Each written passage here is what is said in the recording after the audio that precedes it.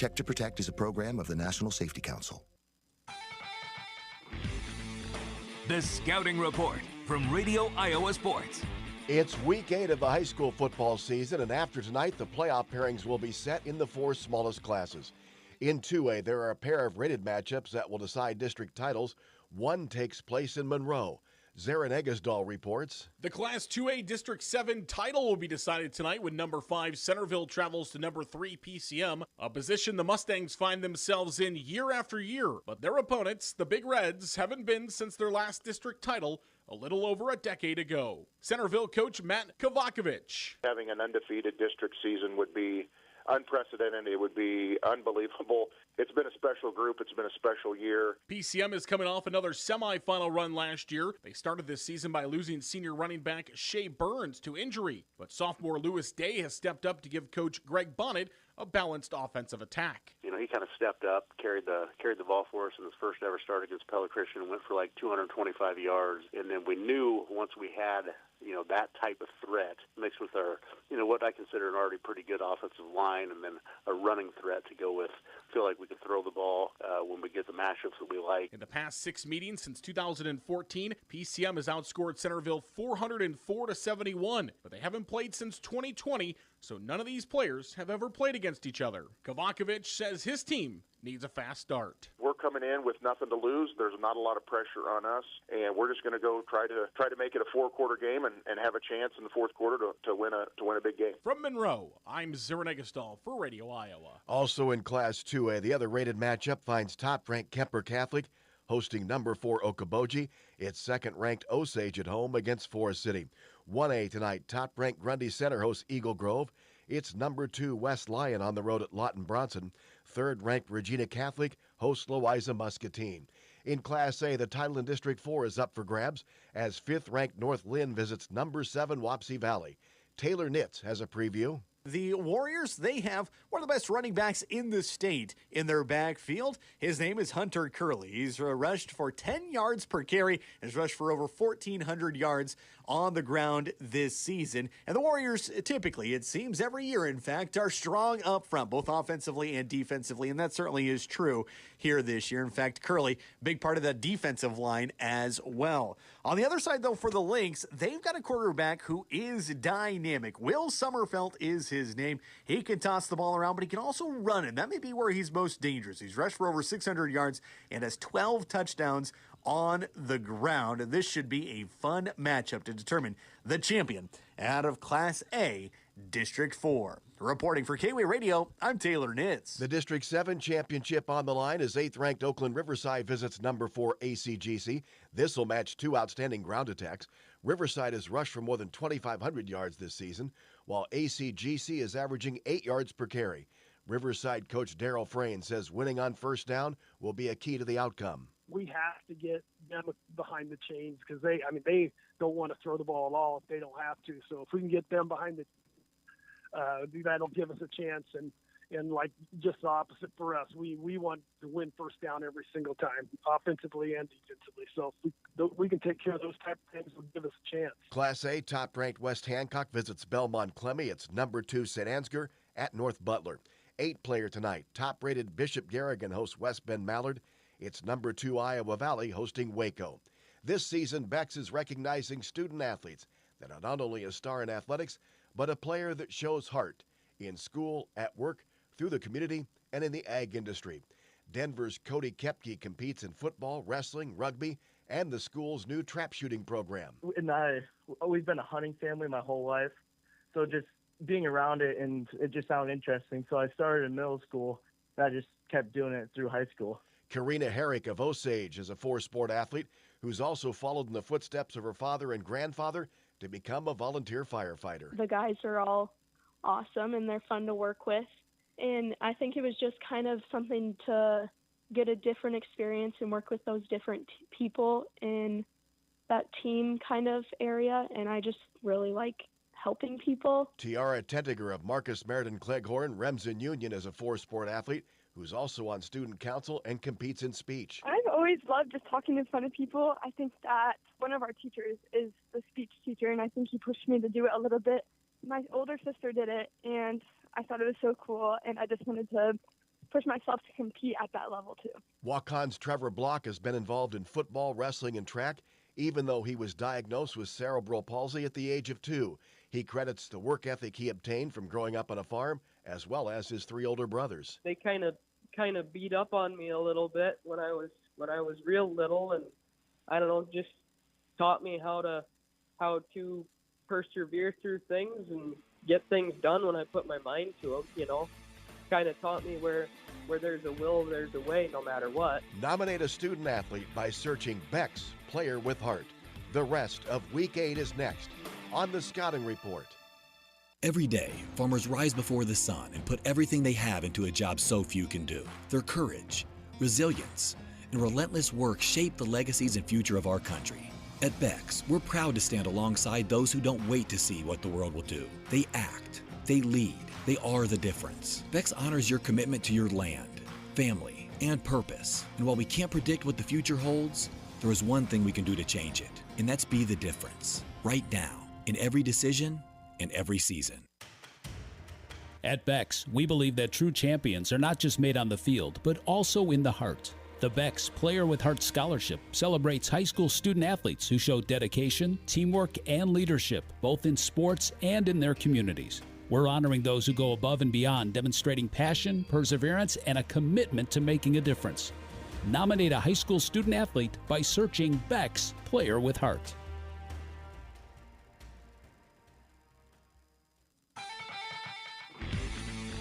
The Scouting Report from Radio Iowa Sports.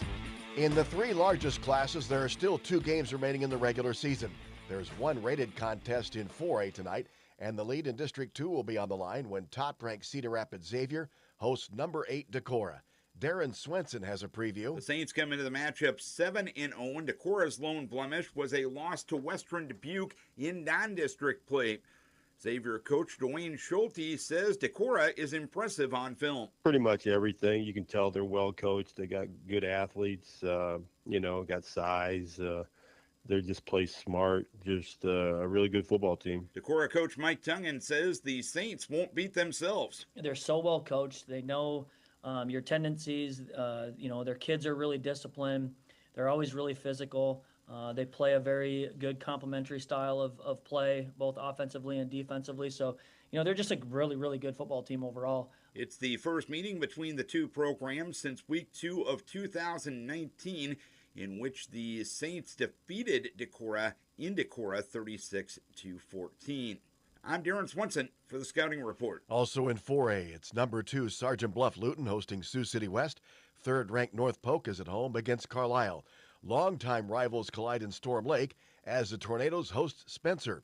Chris Bachman has a report. Tigers have won 8 straight meetings against Storm Lake, and 3/4 of the Spencer offense is rushing the football, led by Camden Young, who is 7th in Class 4A with 864 yards rushing and 13 touchdowns. On the other hand, it's Storm Lake's passing attack, as 3/4 of the Tornadoes' offense comes through the air. Quarterback Cam Boyd is number 1 in Class 4A in passing yards with 1,585. This is Storm Lake head coach Drake Curry.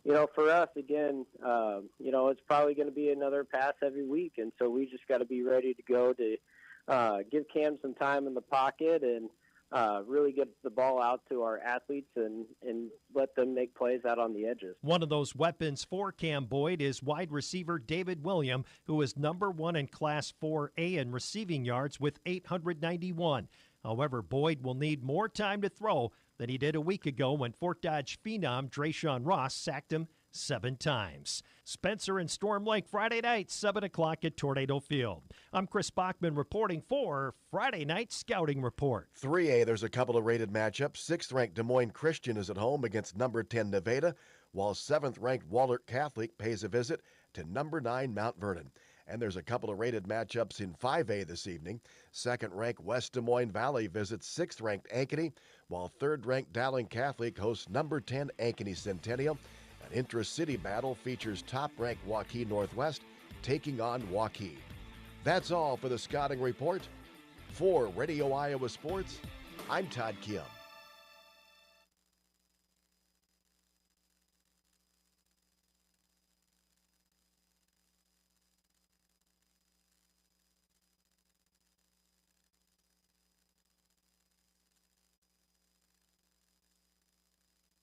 Welcome back to more pregame coverage on Radio On The Go Sports. Dike-New Hartford football coach Don Betts joins me to talk about this regular season finale. Wolverines are going on the road to take on Hampton-Dumont-CAL. And, Coach, thanks for the time as always here. You guys are coming off of a needed win last week over Vincent-Shellsburg, and obviously gives you guys a little bit of momentum going into this one. I guess I just want to get your final thoughts on that one last week, your final home game of the regular season, how it's kind of given this team a little bit of a springboard into this regular season finale. Always good to bring momentum into that Week 8 game, isn't it? Yeah, I thought our kids battled, and we made a ton of mistakes, way too many penalties, but we kept fighting, kept battling. And I think that's kind of what defines our team right now. We may not be the prettiest team in terms of getting everything done, but our kids keep fighting and battling, and I thought they did a great job with that. Yeah, and so when it comes to a game like this, obviously when you're looking for things to go right, what are going to be the biggest steps to maybe eliminating some of those mistakes? Is it a discipline kind of thing right now, or what kind of comes to mind as far as maybe getting some of those mistakes eliminated? Yeah, that word discipline's been thrown around a lot this week with Dike-New Hartford. It really does come down to that, to be disciplined enough to demand of yourself that you're going to do things the right way. And we've worked on that. We've talked about that. We've doubled down on our technique and home things this week, and hoping that we can get some of that stuff cleaned up.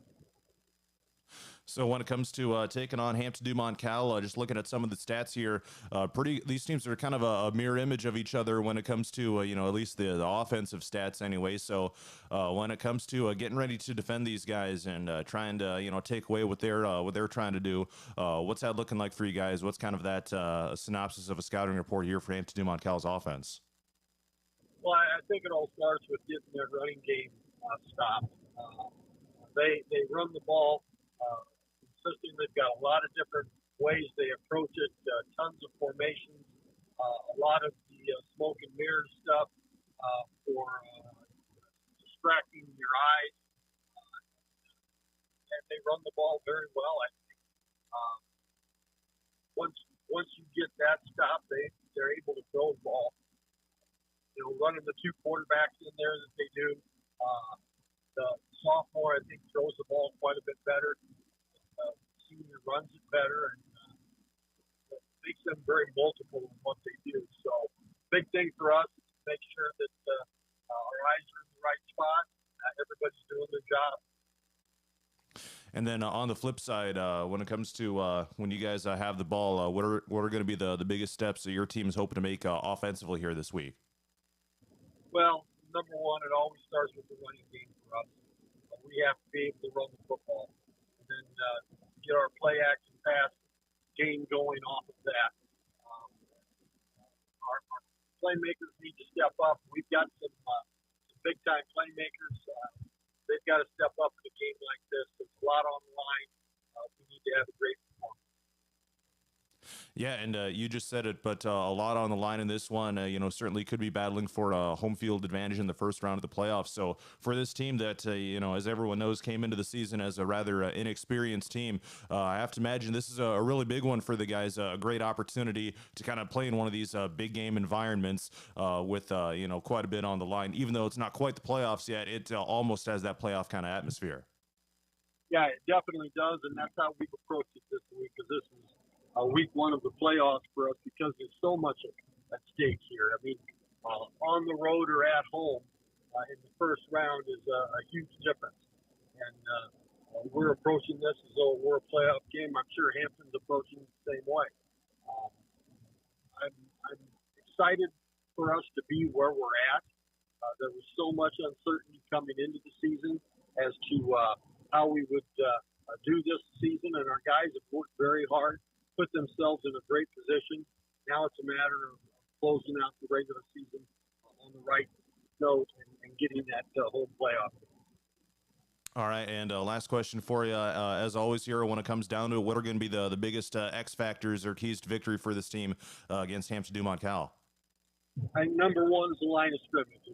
Whichever team is able to control the line of scrimmage is going to have a big leg up. The second one is the mistakes.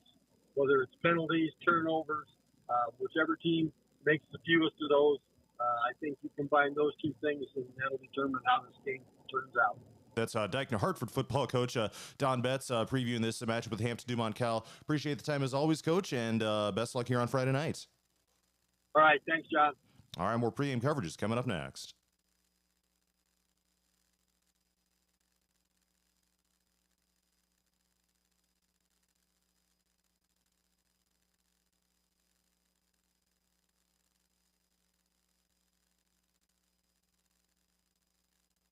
Welcome back to pregame coverage with Hampton-Dumont-CAL football coach Cole Miller as we get set for this Week 8 regular season finale. The Bulldogs playing host to Dike-New Hartford. And, Coach, thanks for taking some time here. How would you describe the response in practice this week, coming off a tough loss to Roland Story last week, obviously with, a lot on the line this week? Yeah, response has been pretty good. Kids are got back to work on Monday, kind of a short bounce back with only the weekend to think about it. But they've had a good practice. They understand that, win and playoff hopes are alive, and even a chance at a pretty decent seed is alive. And, they're trying to make the most of the opportunity to play a really good football team, well-coached, disciplined players on the other side. So, they've bounced back pretty well this week, and they've got after it. Yeah, so we'll talk about the opponent, Dike-New Hartford, here in just a sec. But as you mentioned, a lot is on the line in this one. How would you describe what it means to the team and the program to be able to have one of these games, especially after the last couple of years of missing out on the playoffs, not having these kinds of games late in the season? Now you guys have that opportunity, again, as you mentioned, to possibly even clinch a home game in the first round of the playoffs. Excuse me. Yeah, it's a super exciting opportunity, especially going up against a team that's as good as Dike is. Traditionally they're always a top team in the whatever district they're in, or whatever classification they are. So a well-coached team. They're always disciplined. They might not have even the years when they don't have the greatest athletes, they're still a really tough team to beat because of how well they just play football. So it's exciting. It's like playoffs came early one week. The atmosphere around this game is a little bit more to it, a little bit more excitement, because there's a lot of implications that go with the win, and there's a lot of implications that go with the loss. So just an exciting game overall. Yeah, so diving into some of the stats here, kind of a mirror image of each other. These two teams are, especially, when it comes to what they're trying to do offensively. So when it comes to that defensive game plan for you guys, what's that kind of looking like for you guys this week, defending that offense that, is trying to be really multiple on the year, though kind of does favor the run a little bit more than the pass anyway? Yeah, they're a running team at the roots. They have the ability to throw their quarterbacks. He's a tough guy. I've seen him take some shots and get back up, and while he's taking a shot, he's delivering a beautiful ball. So they do have the ability to pass, and they have some receivers on the outside that can make some things happen when the ball's in their hand. They're not quite as dynamic as some other teams through the air, as some other teams we've seen this season. So. Like I said, they're a run team at their core. They'll sit back in that power I if you let them, or that their wing T roots, and if they find something that works, they're going to run it 100 times at you until you stop it. So that's what that's where we're going to have to be good. We're going to have to be good up front. We're going to have to force them to throw the ball. They're proficient at it, but they're not as comfortable as just running the ball. And then on the flip side, what's it going to take for kind of a bounce back this week after, you only were able to score once against Roland Story last week? How can you take another step here this week? Yeah, we need to be better up front as far as getting a surge. And then on the perimeter, we were able to connect on some passes, but we weren't able to turn it into anything. So being able to get some yards after catch and some yards after contact are going to be big this week. The first hit can't take us down, and we have to be able to catch the ball and turn it up this week. So that'll be a big thing there. Yards after contact, yards after catch, and then we just got to get back to being proficient on first down. A lot of the times we were in a bad situation on second down, or not an ideal one anyway. Second and long, second and just a bit over medium. That kind of narrows down your playbook as far as what can be successful. But yeah, I mean, we just got to get the ball back in our playmakers' hands and let those guys play football on the perimeter. And up front, I know we're going to bounce back. You know, we're coached well by Dan Albers and Coach Kirschbaum. So, you know, we're going to do better this week. And it's going to be senior night for you guys as well. Are you able to share any details on pregame activities and stuff as it relates to senior night? Yeah, we'll recognize our seniors, rightfully so. They've put in a lot of time over 4 years, and some. You know, a lot of these guys have been playing football for a long, long time. So we're going to recognize those guys about 20 minutes before kickoff. So around 20 minutes on the game clock. We're going to recognize those guys and their families, the ones that have supported them for, as long as they've been playing the sport, and through the roller coaster of emotions and highs and lows that this sport can bring. So yeah, we're going to recognize all of them and give them kind of share what their hopes and plans are for the future. Around 20 minutes to go on the game clock. All right, and a last question for you, as always. What are your keys to victory here against Dike-New Hartford? Yeah, keys to victory.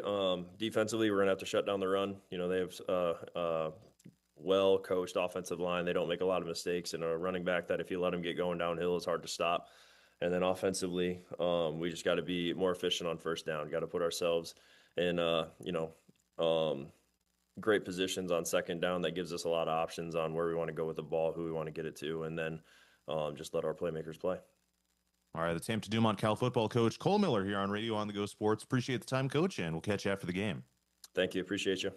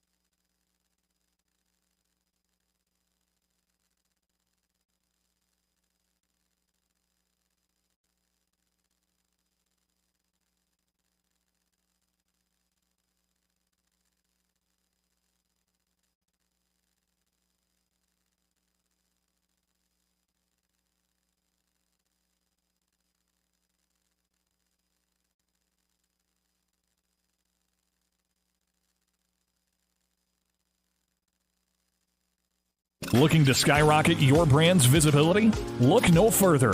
On The Go Media delivers cutting-edge digital advertising solutions tailored just for you. Reach your audience wherever they are with precision targeting and captivating content. Elevate your brand with On The Go Media. Your digital success starts here. Contact us today. Email radio@radioonthego.com to grow your business with On The Go Digital. Locally owned and operated in Hampton, Iowa. Looking for the perfect fall getaway? Join the Radio on the Go Travel Club for a special trip to Branson, Missouri this November. It's the ideal place to kick back, enjoy fantastic entertainment, and explore everything this vibrant city has to offer. You'll enjoy live shows, scenic beauty, great shopping, and of course, delicious food. Enjoy 4 nights lodging along with admission to 6 fabulous shows. Here's Derek from Crown Jewel Travel with more. We're heading to Branson just in time for Veterans Day, and it's going to be an unforgettable trip. There's always something special in store to celebrate our veterans in Branson. Invite your friends, pack your bags, and get ready for a memorable fall vacation. Don't miss out. Sign up for this Radio on the Go Travel Club Branson trip and let Crown Jewel Travel take you on an adventure in Branson, Missouri. Call Derek at Crown Jewel Travel today. Call 641-425-8068. That's 641-425-8068. Murphy's Heating and Plumbing. When it comes to plumbing, heating, and air conditioning, choose Murphy's Heating and Plumbing of Hampton. Check murphysheating.com. Murphy's Heating and Plumbing, because you deserve the best. Ready for the adventure of a lifetime? Join the Radio on the Go Travel Club for a summer 2026 cruise to Alaska. Get ready to experience glaciers, wildlife, and breathtaking views that you won't find anywhere else. Here's Derek from Crown Jewel Travel to tell us more. From towering mountains to stunning coastlines, Alaska is the ultimate destination for nature lovers, thrill seekers, and anyone looking to make unforgettable memories. This isn't just a cruise, it's a journey into the wild beauty of the last frontier. Want to learn more and reserve your spot? Contact me at 641-425-8068 for all the details. This is a trip I'm not going to miss, and I'd love to have you there with me. Again, contact Crown Jewel Travel to learn more. 641-425-8068. Don't miss out. Start planning your Alaska adventure today with the Radio on the Go Travel Club and Crown Jewel Travel.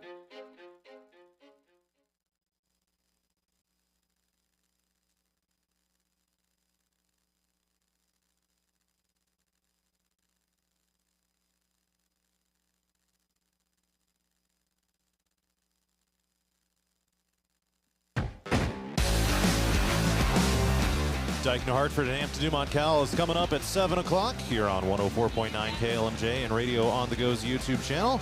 Let's meet the starters first of all for the road team. Dike-New Hartford on offense. At quarterback, it's junior number 10, Peyton Picorni. At running back, it's senior number 8, Dev Davis. At another running back, it's sophomore number 49, Caden Baker. The wide receivers, junior number 9, Aiden Walston, and senior number 7, Jaden Soppy. And the tight end is senior number 89, Danny Mitchell. On the offensive line, at one tackle, it's sophomore number 62, Bryce Bass.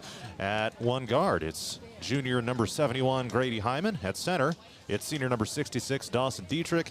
The other guard, junior number 65, Logan Hayes. And the other tackle is senior number 63, Jalen Haugen. And now for the Wolverine defense, the DNs, senior number 66, Dawson Dietrich. And junior number 65, Logan Hayes. The D tackles, senior number 68, Lane Gersh, and senior number 89, Danny Mitchell.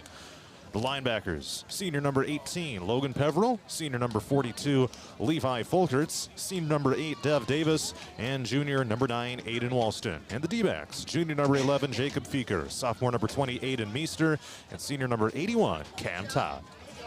And for the home team, Hampton-Dumont-CAL on offense. At quarterback, sophomore number 7, Blake Burmester. At running back, senior number 18, Jacob Mailer. The wide receivers, senior number 8, Aiden Keene.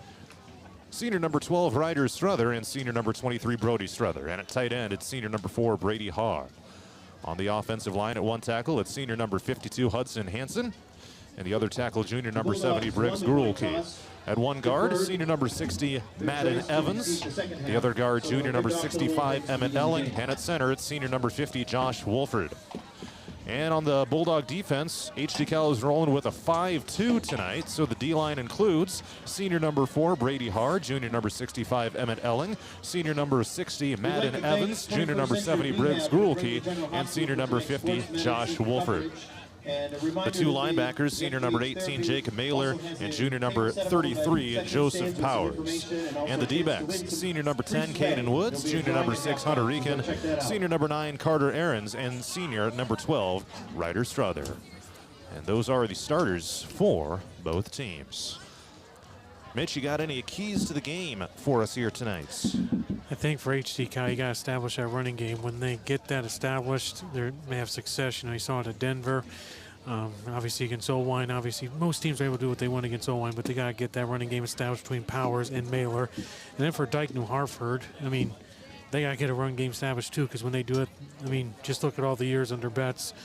That's where their success comes from. They have a long string of running backs that have success wearing the blue and white over there in southeast Butler and northeast Grundy County. Yeah, and so, again, let's go over the scenarios here. This is all regardless of what happens with Roland Story and Olwine tonight. The result of that game does not matter. Again, Olwine is winless on the year, so Roland Story is probably going to win that one. But so again, that completely doesn't matter to any of these scenarios. So if Dike-New Hartford and Vinton-Schellsburg win tonight, DNH over Hampton-Dumont-CAL, Vinton-Schellsburg over Denver. DNH is the 2 seed in any scenario where they win. In that case, Vinton-Schellsburg is the 3 seed. HD-Cal would be the 4 seed.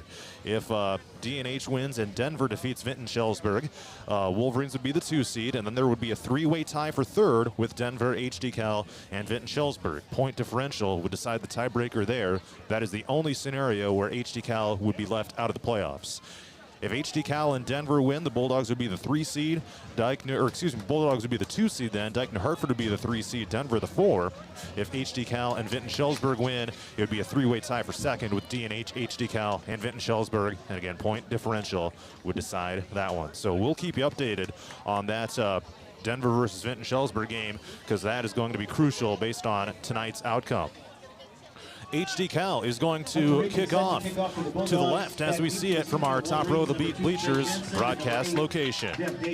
Week 8 of the high school season is finally here, and Hampton-Dumont-CAL is getting ready to put the ball in the air. 64 degrees with a real feel of 64 degrees. 64 degrees is our game time temperature.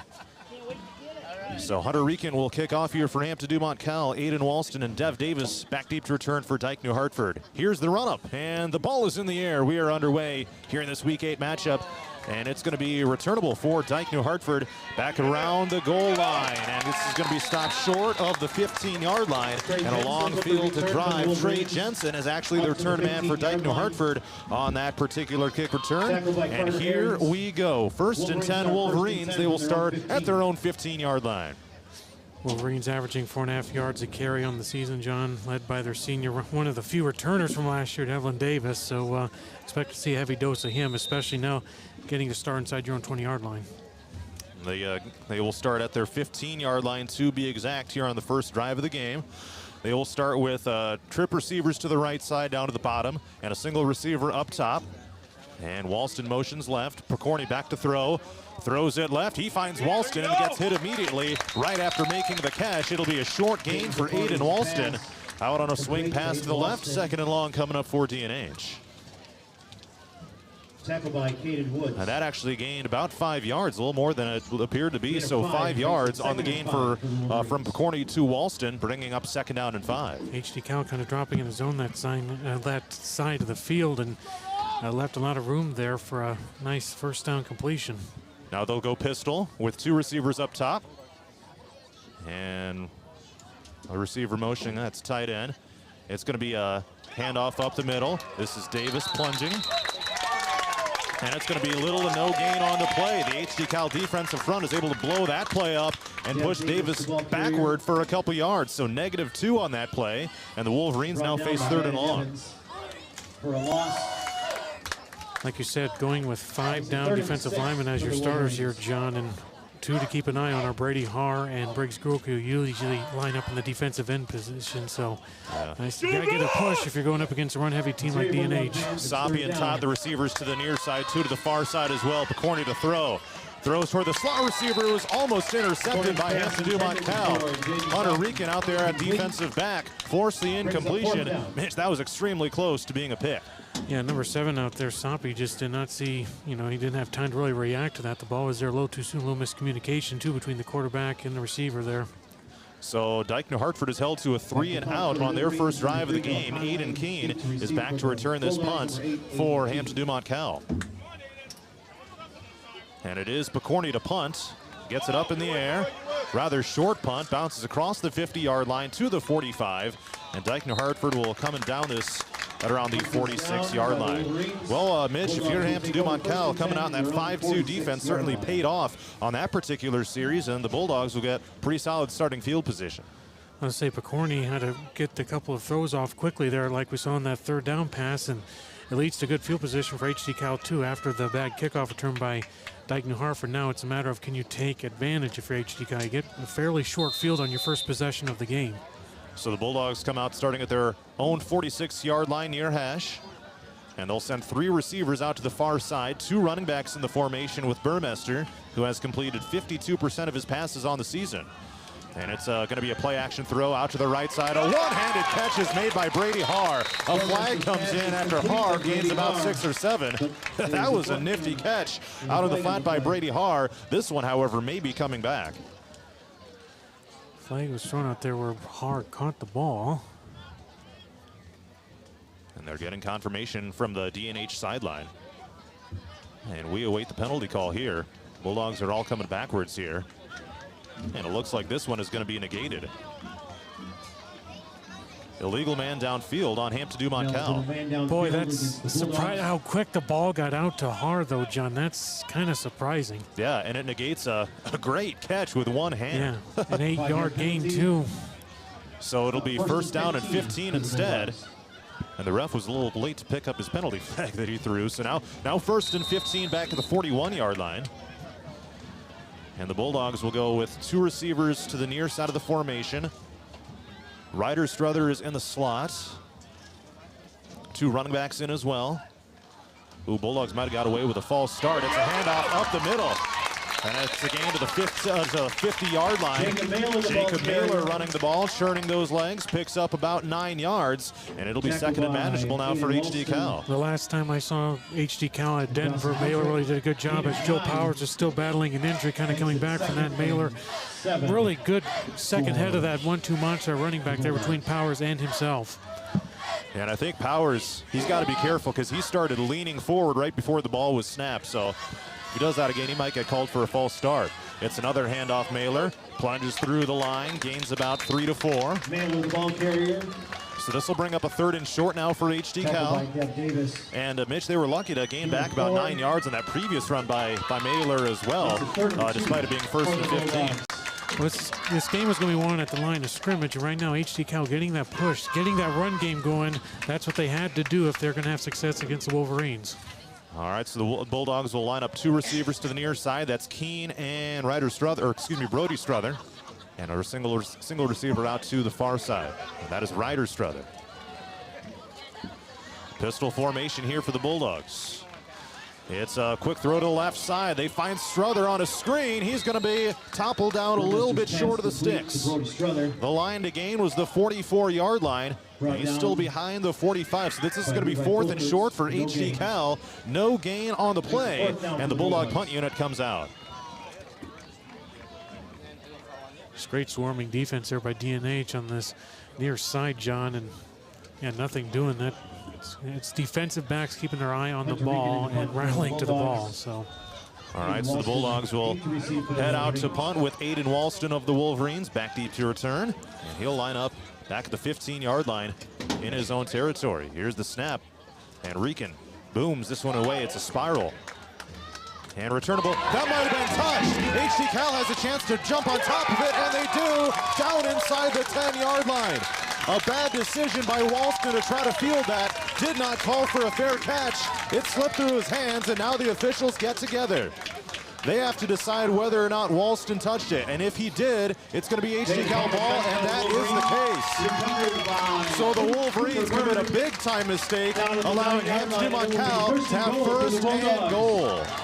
That's 2 special team blunders, in my opinion, John, for DNH. Of course, the first kickoff return you get goes only fit to the 15-yard line, and then that, like you said, didn't call for a fair catch, and HD-Cal was swarming to him, and I don't think HD-Cal got there early either. It was a good call by the officials. And now they have first and goal from the 9. 8:19 to go here in the first quarter, still scoreless. Under center is Burmester. Hand off to the running back, who gets crunched right after receiving the ball. Madden Evans gets the carry for no gain. Well, that wasn't on my bingo card, having him carry the ball. As I say, lined up at guard usually for the HD-Cal offense, Madden Evans, but and also HD-Cal lining up under center. A lot of things you didn't have on our bingo card there, John. Now it'll be second and goal from the 9-yard line. And not huddling, they are looking over to the near side to get the play call. And they're taking a while to get the call in, and play clock's already down to 10 seconds. So here we go. They got 2 receivers out to the far side. Keene is one of them. Now we got a motion man. Burmester to throw. Under pressure, evades a sack. Now takes off to the right. Looking to turn the corner. Cuts it inside, down inside the 5-yard line. Third and goal coming up after a nice little run by quarterback Blake Burmester of the Bulldogs. Protection Gains breaks 5 down. yards. Yeah, protection breaks down for the sophomore quarterback, and instead of taking about an 8-yard loss, he picks up 6 in the process and sets up a very manageable third and goal here. Everything's still open here for the Bulldogs. Down at the 3-yard line. Let's see what they bring in for a set this time. They got Ryder Strother coming in. They still got, they might have Ryder Strother take the direct snap here. He's coming in at QB. They got the Wildcat set up. So here we go. Snap to Strother. He keeps it. Plunges to the goal line and in. Oh, he's going to be just short. How was that not in? Just short. Just short of the goal line. And now it's going to be 4th and goal coming up for Hampton-Dumont-CAL. Looks like the D-line and O-line both just kind of gave up there at the end. Looked like he was walking in, John, from our perspective. I agree. Wow. Boy, this huge play on both sides, John. HD-Cal take advantage of the turnovers. D&H going to come away with allowing nothing after a couple of special team miscues. Bulldogs going for it on 4th and goal from the 1, trying to strike first in this game. 2 receivers out to the far side. And they still have Strother in there. He's going to take it. Lowers the shoulders and in for the Hampton-Dumont-CAL score. Lowered the shoulders, burrowed his way through that offensive line, and Hampton-Dumont-CAL strikes first on a 1-yard plunge by Ryder Strother. On this left side, I believe it was Evans and Hanson just getting enough push there for HD-Cal, and good job by the Bulldogs to take advantage of that turnover. I guess we never mentioned turnovers as being a key, but that counts. Getting a touchdown off, points off turnovers. Yes, sir. And now Hampton-Dumont-CAL out to attempt the PAT with Hunter Rican. A little bit of a high snap. The PAT is up and good. So, with 5:59 to go in the first quarter, it's Hampton-Dumont-CAL 7, Dike-New Hartford 0.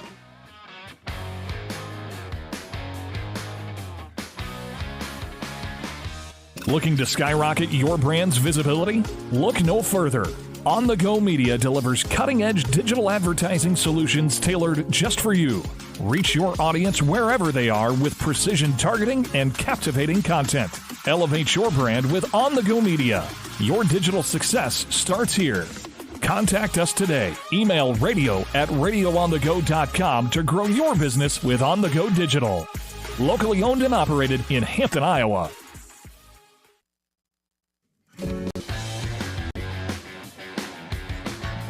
A 1-yard touchdown score by Ryder Strother on the ground, and Hampton-Dumont-CAL leads Dike-New Hartford 7-0 with 5:59 to go in the first quarter. John Moenkel and Mitch Williams with you here.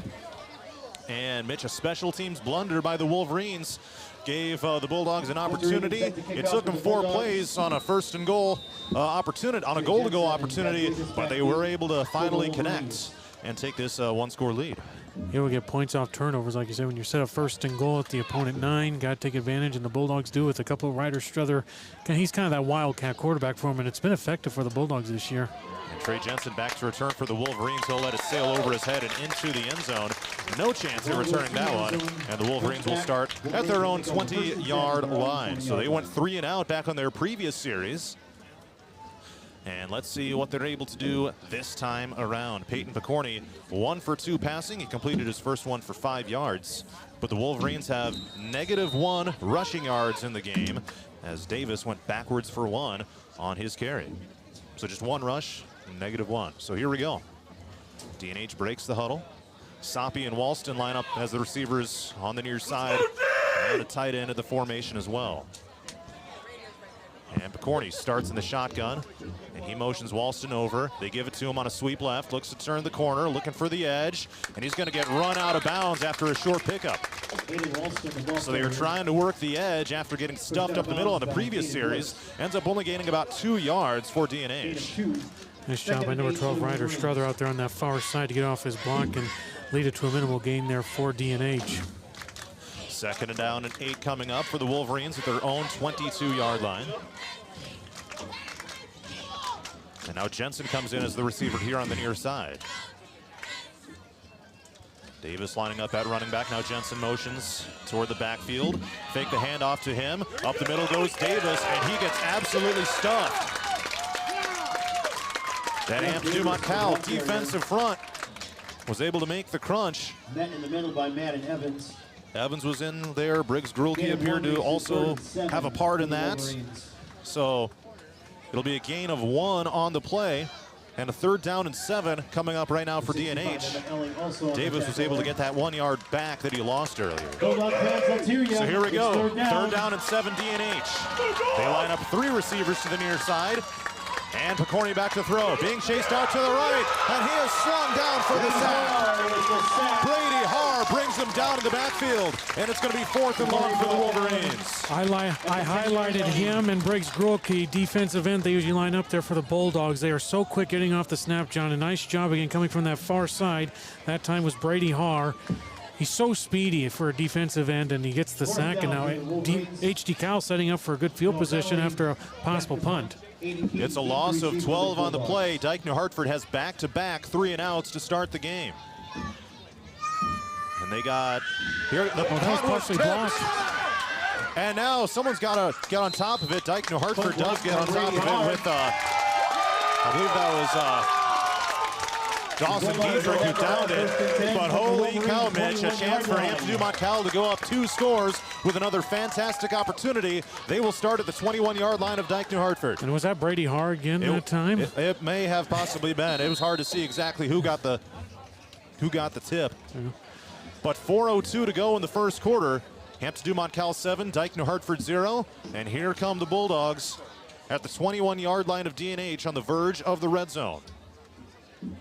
So now they line up in the shotgun with 2 running backs, 1 to each side of Burmester. And it's a fake handoff, throw to the right side. It's Strother on the catch, turns it upfield, down inside the 15-yard line.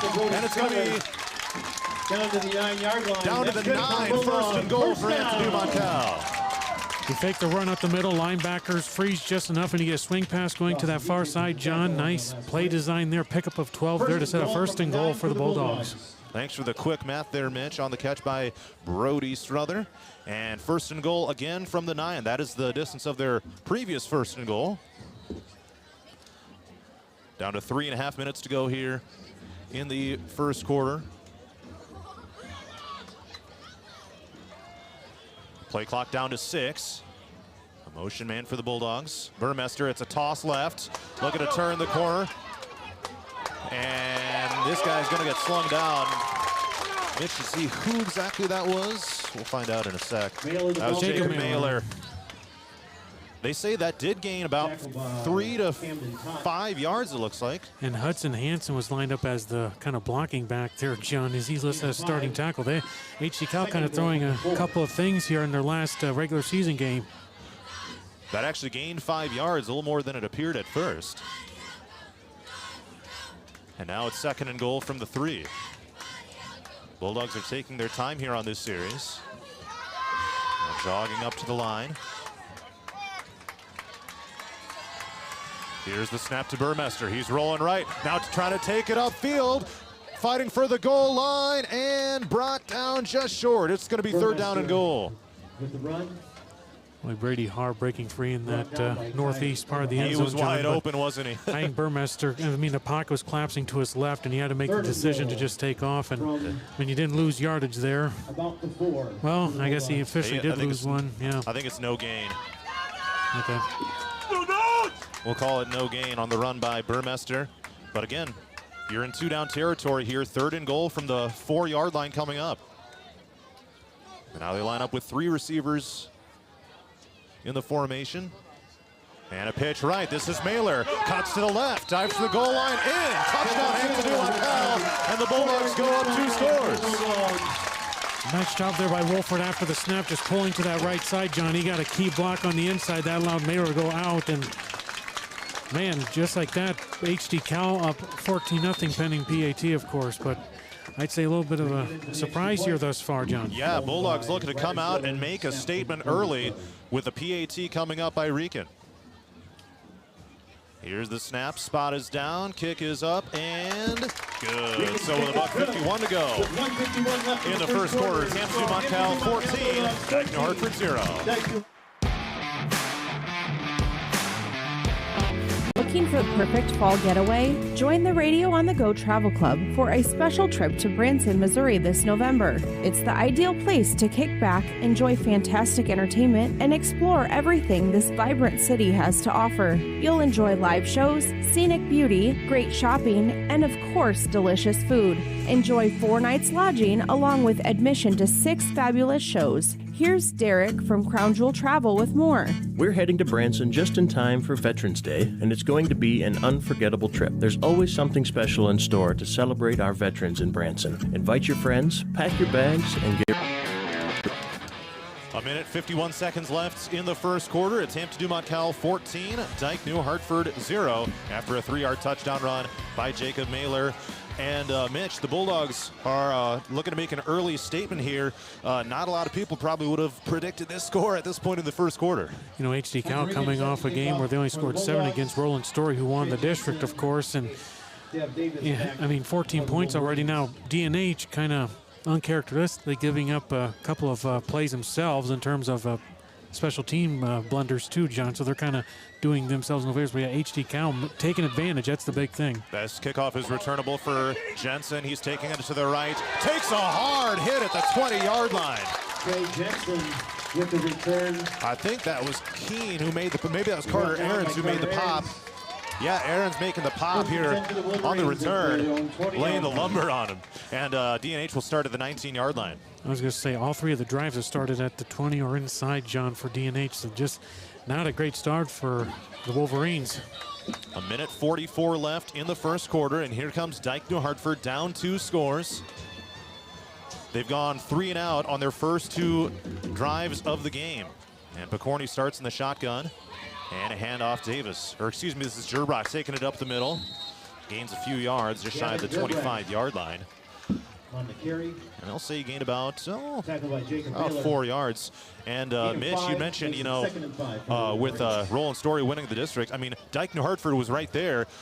There was a bang-bang 2-point conversion call. Yeah. I mean, D&H was that close to defeating Roland Story as well, so quite the margins here in this district. First, second down and 5 after Gerbrock takes it for 5. And Gerbrock sweep left, looks to turn it upfield, getting dragged down, taking a push from behind by one of his teammates. And that, they were just not able to get the blocking they were looking for on that play. Ends up gaining about, well, they gained about 4 yards on it, a little more than it appeared at first. But I guess you got to give credit for the push from behind on that particular play. Down to 40 seconds left in the first quarter. 3rd and 1 Wolverines. Now under center is Picorni. It's a handoff to the fullback, lunging forward. This is going to be extremely close. And looks like the chain gang is ready to move downfield. James Wingert getting the carry. And it's going to be a first down, Dike-New Hartford. At least the chain gang thinks so. The down marker still says 4th. And it is going to be a gain of 2 and a first down. James Wingert on the carry. Getting a big man rumble and gaining 2 yards. Down to 15 seconds left in the first quarter. And here comes a handoff to Gerbrock. He gets some room to run this time, dragging a man with him just shy of the 40-yard line. And that should bring us to the end of the first quarter. Hampton-Dumont-CAL 14, Dike-New Hartford 0. Let's head to the second quarter next. Ready for a memorable fall vacation. Don't miss out. Sign up for this Radio on the Go Travel Club Branson trip and let Crown Jewel Travel take you on an adventure in Branson, Missouri. Call Derek at Crown Jewel Travel today. Call 641-425-8068. That's 641-425-8068. Murphy's Heating and Plumbing, because you deserve the best. Ready to refresh your bath or kitchen? Murphy's Heating and Plumbing has your perfect match. From stunning showers to modern toilets, explore endless possibilities in Murphy's exclusive vendor showroom. Stop by on Highway 3 East in Hampton or call for your personal showroom tour. Murphy's Heating and Plumbing, transforming your dreams into reality. Murphy's Heating and Plumbing, because because you deserve the best.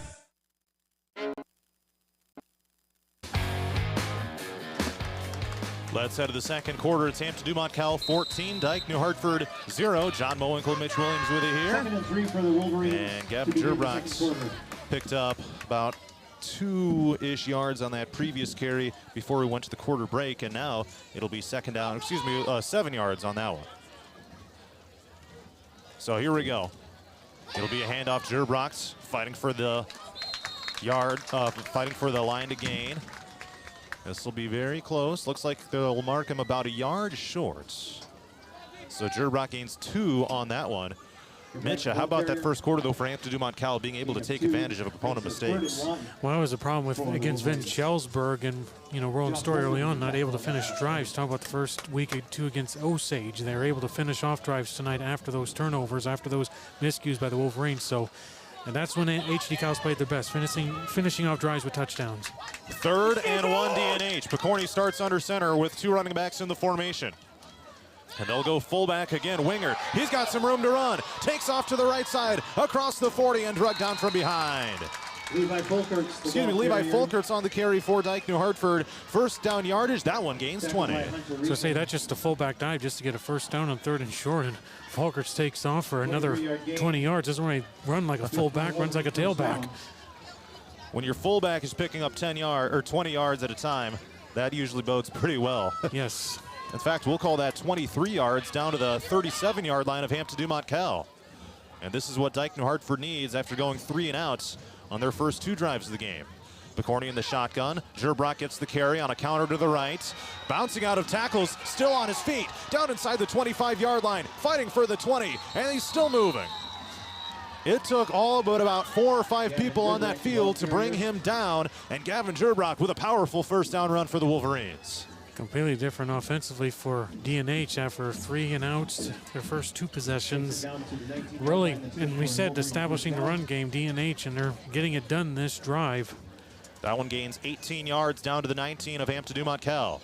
1st and 10 Wolverines. Looking to punch this one in. 2 receivers to the far side, Picorni in the gun, and another run. Gerbrox takes it left, trying to sweep it. Forward progress will be stopped, and he is driven backwards. Several Bulldogs in there. Brady Harr was one of them. Joe Powers as well. And this will be a loss of about 4 yards on the ground by Gerbrox. First time this drive we've seen HD-Cal show some resistance on defense, John. And yeah, nice read by Powers coming in from the linebacker position. Makes it 2nd and 13. Because DNH really hasn't passed the ball here tonight, but now it's a down where they likely had forced him to do so here. Yeah, Picorni is just 1 for 2 passing. 2nd and 13 DNH as we're under 10 minutes to go in the second quarter. But it is a run, and this is absolutely stuffed. Gerbrox tries taking it up the middle. Go back to ball carrier. Hampton-Dumont-CAL with Grulke once again. Man. And that's going to go backwards again for another 2 yards. It'll bring up 3rd and 15. Boy, in that A gap in the interior on the offensive line, DNH is not getting a push. Outside of that fullback dive we saw a few plays ago, HD-Cal's ready for anything going in that A gap. 2 straight negative runs by the Wolverines. Now they face 3rd and 15. At the 25-yard line, they need to get it down to the 10. Picorni in the shotgun this time with Gerbrox in a running back. He's back to throw. Being flushed out to the right. Lobs it up, right side. What a catch over on the far side. It's going to be short of the sticks. But the play was made by Trey Jensen. Heck of a catch over on the far side. We had 2 players right behind him. Nice job by Jensen there to make it a more 4th and manageable here. He gains 11 yards.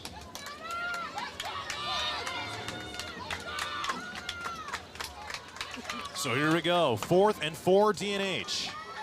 Down to the 14-yard line of Hampton-Dumont-CAL. The line to gain is the 10. Soppy and Folkerts lined up as the receivers on the left. We got movement.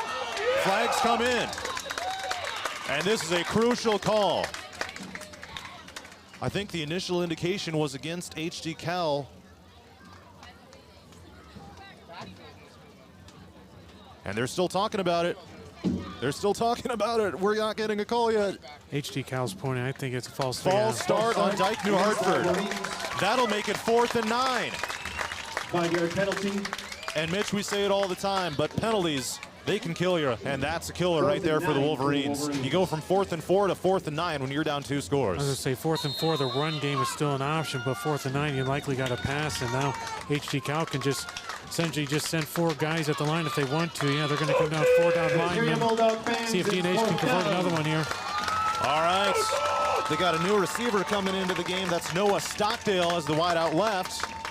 2 receivers each side and 1 running back. Picorni to pass. Sets the feet over the middle. Incomplete. He was looking for Stockdale, and it got knocked away. Ryder Strother with a deflection. That looked like a catch and a first down, and Strother came in and swatted that like a karate chop, and D&H unable to convert on that 4th down. Boy, there's a different fire tonight, too, for the Bulldogs. I gotta say, John, you know, compared to last week, what we were seeing anyway in the updates from, of course, Roland Story won the district, but still, it's senior night, too. That adds to it. Especially after how well D&H moved the ball on that drive to get to that point. Yes. And then, boom, you're forced into a passing down, and all of a sudden, you got a guy can't hang on to the ball, and you turn it over on downs. 1st and 10 Bulldogs at their own 19. Now they're going to bunch up this formation here. And back to throw, Burmester. Lobs it deep over the middle, and it's hauled in over the middle and taken off down the near side. Hampton-Dumont-CAL looking to take it in for a touchdown. It's Aiden Keene on the near side. Touchdown Bulldogs, 81 yards. Burmester to Keene. Post route over the middle, John. Aiden Keene had a step, a nice throw from Burmester for 81 yards, and wow. Hampton-Dumont-CAL goes up 3 scores, and the Bulldogs have the Wolverines on upset alert. When you look at that D&H sideline, there's a couple of kids with their hands on their hips, just kind of, I think they're looking at the scoreboard and going, my word, but man, HD-Cal just looking the part tonight. And here comes Hunter Reekin out to attempt the PAT to try to make this an even 21-0 lead. Here's the snap. Spot is down, kick is up, and good. So with 8:47 to go in the second quarter, it's Hampton-Dumont-CAL 21, Dike-New Hartford 0.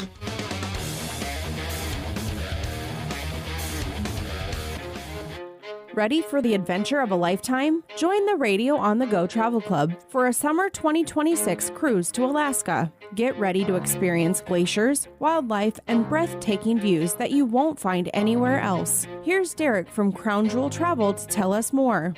From towering mountains to stunning coastlines, Alaska is the ultimate destination for nature lovers, thrill seekers, and anyone looking to make unforgettable memories. This isn't just a cruise, it's a journey into the wild beauty of the last frontier. Want to learn more and reserve your spot? Contact me at 641-425-8068 for all the details. This is a trip I'm not going to miss. 8:47 to go in the second quarter. It's Hampton-Dumont-CAL 21, Dike-New Hartford 0. Yes, you heard that right. The Bulldogs have opened up a 3-score lead, courtesy in part by an 81-yard touchdown strike from Blake Burmester to Aiden Keene. And Mitch, this is there's going to be a lot of people dropping their jaws across the state of Iowa over this score, I would say. And again, HD-Cal took advantage of some turnovers. That time it was their worst field position by far, throw 19, but Aiden Keene says that's okay. It's senior night, and man, HD-Cal just looked the part tonight, and D&H on the other hand, some miscues on special teams, and yeah, now defensive breakdown. Jensen on the catch over on the kickoff return, I should say. Takes it to the right side, trying to take it across the 25. And Wolverines will start this around the 26 or 27-ish yard line. 22-yard return. Well, Mitch, the Wolverines moved the ball with a pretty good effect on that previous drive. Ran into a 4th and long, turned it over on downs, and do or die time now for the Wolverines. I would say already down 3 scores as we near the midway point of the second quarter. When HD-Cal get the ball start second half, too, you got to start thinking about that just to get yourself back. This is one of the biggest deficits D&H has faced since the Grundy Center game. They're down 21-7 against Roland Story, but you know the Grundy Center game, that's a long time ago. That was all the way back in week 3. So Picorni and the Wolverines started at their own 27-yard line. It's a pitch to the left. Davis getting the carry this time after he was spelled on the previous several carries by Gavin Gerbrocht, and this one ends up gaining around 7. So looking at the stat sheet, that is by far Davis's longest run of the day. Gain of 6 yards. His previous 2 were for -1 and 1. So second down and 4. from their own 34-yard line. Ball spotted between the hash marks, pretty much smack dab in the center of the field. McCorney in the pistol, quick throw to the right side, and this is going to be blown up after Jensen makes the catch. McCorney's pass complete to Trey Jensen. And Trey Jensen, and just looking at Jensen's stature out there, he has got a size disadvantage, I would say. No gain. 5'9", I guess. He looks. I thought it was appeared a little shorter than that, but yeah, he's there's some big dudes surrounding him. So that one goes for Bulldog fans, let's hear actually you. -1. Though, so here we go. 3rd down and 4 D&H. McCorney hands off, and this is going to be no gain at best. Joe Powers once again coming in from the linebacker position. D&H thinking they're going to throw something at him on 3rd and intermediate, thinking it's a passing down, but HD-Cal did not sell on that at all, and it's another 3 and out for D&H. Cole Miller and the Hampton-Dumont-CAL defensive staff have come up with an excellent game plan for this one tonight. 4th down and 4, or a long 3 we'll call it, coming up after Davis only picked up about 1. Now a punting situation for the Wolverines. And they get the punt away. Keene is going to let this one bounce down inside the 30, bouncing inside the 20. It ends up being a great punt by Dike-New Hartford all the way down to about the 16. His punt is down the 16-yard line where the Bulldogs will take over first. You trying to do the math there, Mitch? That's a 49-yard punt officially. All right. So that, they needed that, flip the field position, but again, you know, we've seen 2 short fields for HD-Cal, touchdowns, and then we've seen, obviously, they started at the 19-yard line the last time, and it was a 1 play, 1 touchdown strike to Aiden Keene. So who knows what to expect on this one, I guess. So 6 minutes and 39 seconds left in the second quarter. Hampton-Dumont-CAL 21, Dike-New Hartford 0. And the Bulldogs will start at their own 16-yard line with 2 receivers to the near side. Motion man, low snap to Burmester. He was able to pick it up. Actually, this might be Struthers taking it forward here for HD-Cal. It was Ryder Struthers taking it for about 2 yards. Brought down by Dawson Keaton. And that could have been a whole lot worse for the Bulldogs based on the low snap. And when you rotate quarterbacks, one's more of your wildcat, one's your pocket passer. That can change up the rhythm a little bit between the center and the quarterback position. 2nd and 8, Bulldogs their own 18-yard line. Just about halfway through the second quarter, and they line up 2 receivers out to the left side up top and a single man to the right. Burmester to pass, loads up, deep left. It is going to be caught along the sideline. Brody Strother hauls it in just inside the 40-yard line. That's good for a Bulldog. First down. Just about 20 yards on that catch, and the Bulldogs are moving the ball well. From the 18 to the 38-yard line. Yep, 20-yard gain from Burmester to Brody Strother through the air. It's a little cliche, but HD-Cal just 1 step ahead of D&H here tonight. That one, Strother just had a step on his defender. Now Burmester puts a man in motion, toss right. This is Mailer. Looks to turn it back up the middle. Lowers the shoulders across the 40. And that was a nice little bounce to the left by Jacob Mailer. Didn't find anything outside. The blocking wasn't quite there. Able to pick up a few yards, taking it back up the middle. See, if he stayed on this near side, he's probably going to lose a yard or 2, but instead changes it to a 3-yard gain.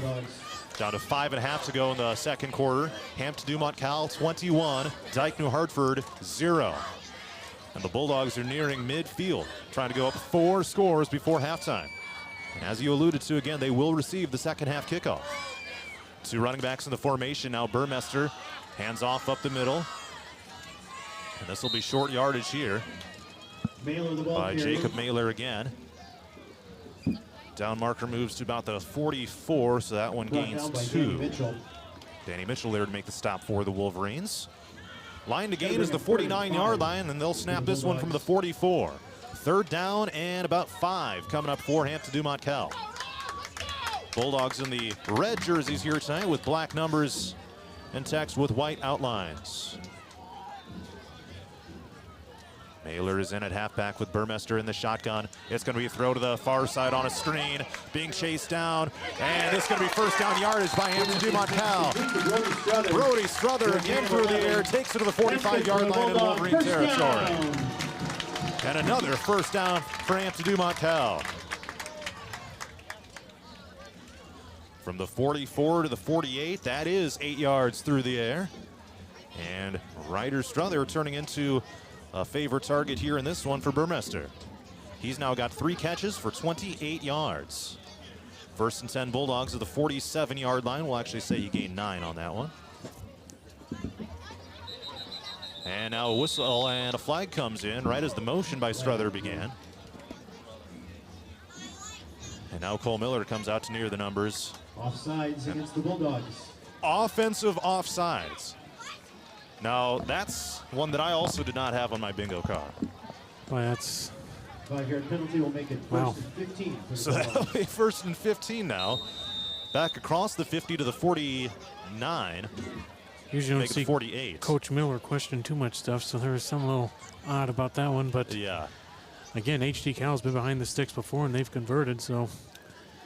And typically on offense, I mean, you got your formation set. There's really no excuse to be offside on offense.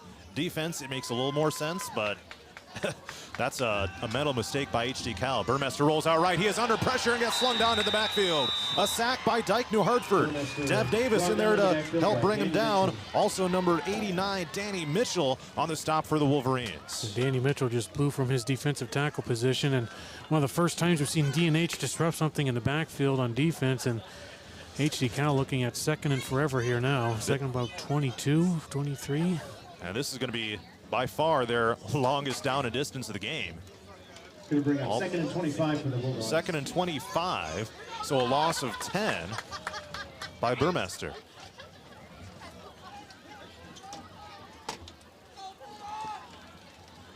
And really the first big-time negative play by HD-Cal in the game. Second down and long, throw it right. They find Keene, or excuse me, that's Har over on the far side, still on his feet. Pushed out shy of the 50. Burmester's pass complete to Brady Har. And now we got whistles after the play comes to a close over on the sideline. It'll be third and long for Hampton-Dumont-CAL. Down by Aiden Easter. And the Bulldogs are reacting as if there's going to be a penalty on this. There's a flag on the play. Yep, there is a flag. Can't see it from here. It's over on the far side of the field. And let's see what the white hat has to say. Oh, they're going to wave it off. No penalty on the play. Okay. So this will be third and about 16, it looks like. Third and about 16 for the Bulldogs. So that pass gains 9 yards through the air to Har. That was his first catch of the, or make it his second catch of the day, by the way. Well, I guess it is technically his first. That first one-handed one was waved off because of a penalty. So I see top 10 waved off, just like that. All right, and they are taking a while to get this back rolling here. Now we're ready to roll. Third and, I'll call it third and 18 on the scoreboard. Looks a little shorter than that. This is Strother on a run to the left, and he gets blown up. Davis in there to help bring him down once again. Looks like also number 68, Lane Gersh of the Wolverines. Surprising that Dike-New Hartford hasn't taken the timeout, John. They all have all three of them, and HD-Cal doesn't have to punt this ball till well under about 2:50 to go in this first half. So, and that, I would say that was pretty easy for Dike-New Hartford to sense what was coming, because Ryder Strother comes in the quarterback spot, and the only thing that ever happens when that happens is he runs the ball. So, and I think HD-Cal may call timeout here late. I'm not sure why they're not ready to punt, but well, they're going to run as much clock off as possible, try to give the Wolverines as little time as possible to score. And there comes the timeout by Cole Miller right as the play clock hits 0. Our Whiffles Hybrids halftime show is coming up. We will hear from Brady Har of the Bulldogs, who recently announced he's committed to join the Iowa State football team. So we will play that interview here in just a little while. By the way, Whiffles Hybrids brings you tonight's halftime show. When you plant Whiffles, you're not just choosing superior seed corn. You're making a statement that says staying independent, family-owned, and means something on your farm. So make your choice, plant Whiffles Hybrids. One thing done right. In Franklin and Wright County, see Connor McElderry. And in Grundy County, see Ben Cool. In Hardin County, see Chelsea Hokuson. So 4th and long for the Bulldogs coming up. 4th and 20 to be exact. And certainly a punting situation, up 3 scores. 2 minutes and 42 seconds left until halftime. I think if you're Coach Miller there, you're just making sure all the blocking assignments are there. Do not allow D&H to get any momentum on a blocked punt to set up a short field. That was probably a big preach there during that timeout. That would be about as big of a momentum change as you could ask for. Yeah. So Jensen is back to return this punt by HD-Cal. High snap, but they do get the punt away. And D&H almost had a man hit it. This is going to be a good punt, rolling down inside the 16-yard line where it is down by Hampton-Dumont-CAL. Well, that was great execution on that punt. The snap was a little bit off target. Weren't able to get the punt away, and it ends up being a pretty long one. 42 yards. Every Thursday before home Again, it's 2.5 minutes. Now, D&H does have all 3 of its timeouts here, but first you got to get yourself a couple first downs, even think about scoring. Probably going to see the passing game come into play at this point, which D&H doesn't normally do a ton. Don Betts likes to have that wrinkle in there, but they're definitely a run-first team. Now they're going to be forced to throw. McCorney loads up deep, right side of the field, and he overshoots his intended receiver, Jaden Soppy. Incomplete. And Soppy had his defensive back beat by a step or 2, and that throw is just airmailed a little bit. McCorney now 3 of 6 for 15 yards. Second and 10 coming up. Clock stopped at 2:29 to go until halftime. Fundraiser winner is Charlene Martinez, and you receive a $50 gift card to Fairway. And again, if the Bulldogs win this game, they could clinch a first-round home playoff game next Friday night. McCorney's back to throw. Slings it right. He was looking for Soppy again, but this time a little bit too high. Soppy, incomplete. Incomplete again, and all of a sudden it's 3rd and 10 D&H. I don't know about you, John, but McCorney just looks a little bit happy back there. I mean, he's got to kind of settle down, let the game, don't look at the scoreboard right now. There's still plenty of time. I think he's just got a little nerves to him. And he's a junior, not a lot of playing experience, of course. The first year starting for him, but I think he's just getting a little dance happy back there, so to say. Bulldog fans get all right, 3rd and 10 Wolverines from their own 16-yard line. McCorney, he's going to play action. It's knocked down by Hampton-Dumont-CAL with Brady Harr. Again. 6'8", comes up and just swats it down, raises up 2 hands, and it forces a 4th and 10 by Dike-New Hartford, and the punt unit trots out with 2 minutes and 20 seconds until halftime. Well, that's a 6'8" defensive lineman coming at a 5'9" quarterback, John. Now, yeah, I'd back up too if I had a foot less than the guy coming at me. But that's been the thing, though.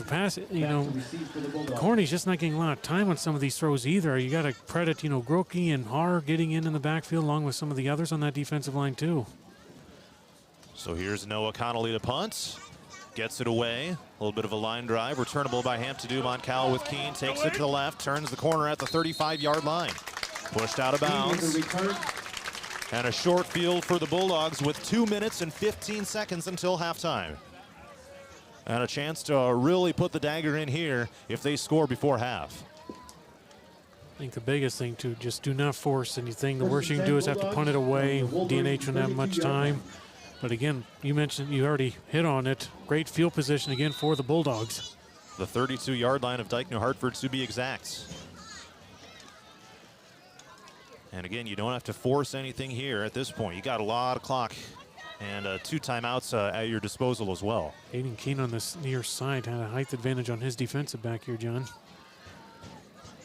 Let's see if they go to him. Burmester looks to throw. He was looking that way. Now he goes over the middle looking for Keene. Left it a little bit short. A little bit too far to the left as well. 2nd and 10 coming up. Now we're seeing both teams really try to go through the air. And for HD-Cal, the run game is still pretty much an option. You still have 2 timeouts, 2 minutes, a short field. So I like the decision there. I mean, Keene had a step, but just underthrown and kind of too far in front of him, too. Yeah.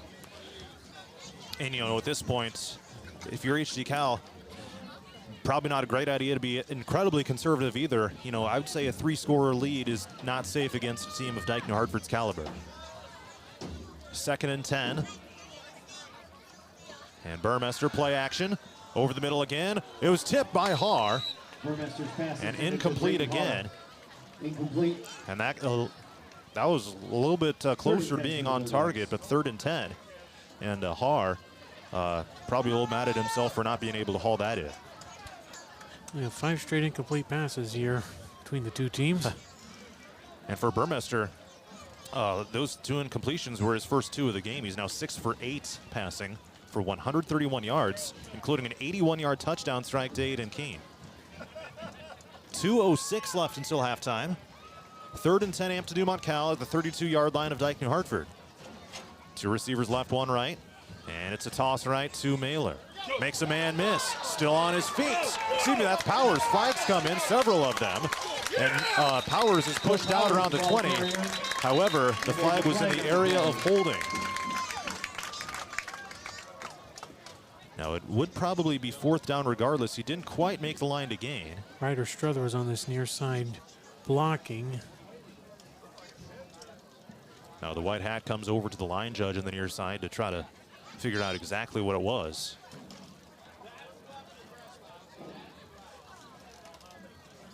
And we don't have anyone going over to the D&H side. Face mask on D&H. Holy smokes! Just when D&H had a 3rd down stop, they commit a personal foul and give Hampton-Dumont-CAL a 1st down at the 11-yard line in opponent territory. And all Mr. Betts can do over there is hands, arms crossed. I think he's just kind of maybe a little bit stunned at what's transpired between his team's miscues and HD-CAL looking to have 4 scores late in this first half. Down to a minute 55, 1st and 10 from the 11 of Dike-New Hartford. Now a throw left. It's going to be caught over on the far side, slung down inside the 5. That was Brady Harr on the catch and a flag. So hold on just a second. Well, Downmarker's moving downfield a little bit. That would have been a gain of about 6, but HD-CAL is backing up. And another illegal man downfield. It's amazing. Both those calls on HD-CAL though are quick passes. How Both quick to are their Harr. how far downfield is an offensive lineman getting? Man. Yeah, both short passes to Harr end up in illegal man downfield. So 1st and 15 back at the 16-yard line. And the clock still runs now at a minute 43 and ticking. Now 3 receivers out to the right side. And 1 man to the left. Burmester to pass. Loads up deep left. Look at the end zone. Incomplete. There was a push off. And no penalty flag comes in. Brady Harr was the intended receiver. And no flag is thrown. Looks like it might have been both players just kind of getting into each other. And usually when that happens, that is a no call. So 2nd and long. I like Burmester's decision, though. I think Feeker, number 11, was the defensive back over on that side, and he's only 5'10", and Harr is 6'8". I like that decision. That's almost a foot difference.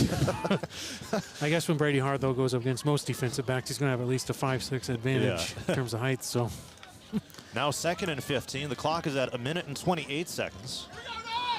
I wonder if they consider running the ball here. No, Burmester to throw again. Fires it to the end zone, looking for Struther. Dives, and it's incomplete. Burmester's pass intended for Brody Struther. That was a nice route by Brody Struther. Took a slide. There was a little bit of contact, and now it's going to be 3rd down and long. So another incomplete pass. HD-CAL really coming out aggressive, though, attacking these defensive backs. They like the height advantage that the receivers and tight ends have, John, and just 1 misfire away from being a 4-score lead here for the Bulldogs. Yeah. 4 straight incompletions by Burmester as well. Now they line up with 3 receivers left, and Harr lines up at the tight end right. Burmester, fake the handoff, swing pass left. He's got his receiver, cutting it inside. It'll be short of the sticks. I think that was Ryder Struther. Oh, Brody Struther on the catch. So that'll be a gain of about 7, but not enough for a 1st down. Baker there to make the stop for D&H. No, Hunter Reekin, we saw at Denver. I think he kicked been about a 28, 32-yard field goal somewhere in there. From here, it'd be about 33. Well, 34. The offense is staying on the field. There's 47 seconds left. 4th and 8 Bulldogs going for it from the 9-yard line of Dike-New Hartford. Movement up front, and flags come in. If it's against D&H, it won't be enough for a 1st down. Now the all-important penalty call It's encroachment on Dike-New Hartford. One of the D linemen jumped into the neutral zone. Time out here by Cole Miller. So it'll go from 4th and 8 to 4th and 3, and that changes things for Hampton-Dumont-CAL. And really, I mean, that puts the run game into play as well, but it's been an almost exclusive pass on this drive so far. And we're finally able to get a completion to Burmester there on that, or by Burmester on that 3rd down play. Gaining 7 yards through the air to Brody Struther, who's now got 4 catches for 36 yards, by the way. So a nice game for him. Aiden Keene, 1 for 81 in a score, so that's pretty solid, I would say. Good average. Well, I think here you just test these corners for D&H if you're HD-CAL. I mean, between Aiden Keene, he's pretty tall on the outside. Of course, Brady Har, they've been attacking him several times this drive alone. I think you try one of those two. Yeah. Burmester's passer rating up to 199.02. 7 of 11, 138 yards, and a touchdown. And Brody Struther's not the tallest receiver you have, but he's quick off the line of scrimmage, though, too, so be looking for him. I mean, playbook's fairly wide open. It's not 4th and goal. You can get a first down to 1, but essentially you're looking for the end zone here. Here we go. There's 30 seconds left until halftime. And now they are going to bring out the field goal unit with Hunter Reekin. So let's see, the spot will be at the 12-yard line, so this will be a 22-yarder. 22-yard field goal attempt by Hunter Reekin to try to go up 24-0. It's on the left hash, snap, spot, kick, up, and no good, wide right. 22-yard field goal attempt is no good. So 32 seconds left for Dike-New Hartford, which still has all 3 timeouts. So a missed field goal by Hunter Reekin of the Bulldogs will give the Wolverines the ball back. And what yard line is this going to be on? They're going to move it to the... They're going to move it out to the 20 because it was a touchback. So, and by the way, on the season, Hunter Reekin was 17 of 18, so now 17 of, or excuse me, he was 1 for 3 on field goals, so now 1 for 4 on field goals attempts, 17 of 18 coming into the game. Well, that was about as good of a result for Dike-New Hartford as you could ask for, especially after they got that deep. So here come the Wolverines with 32 seconds left, back up to their own 20-yard line, and Picorni is under center. And it's a dive play to the right, and Jerbrock is going to get blown up.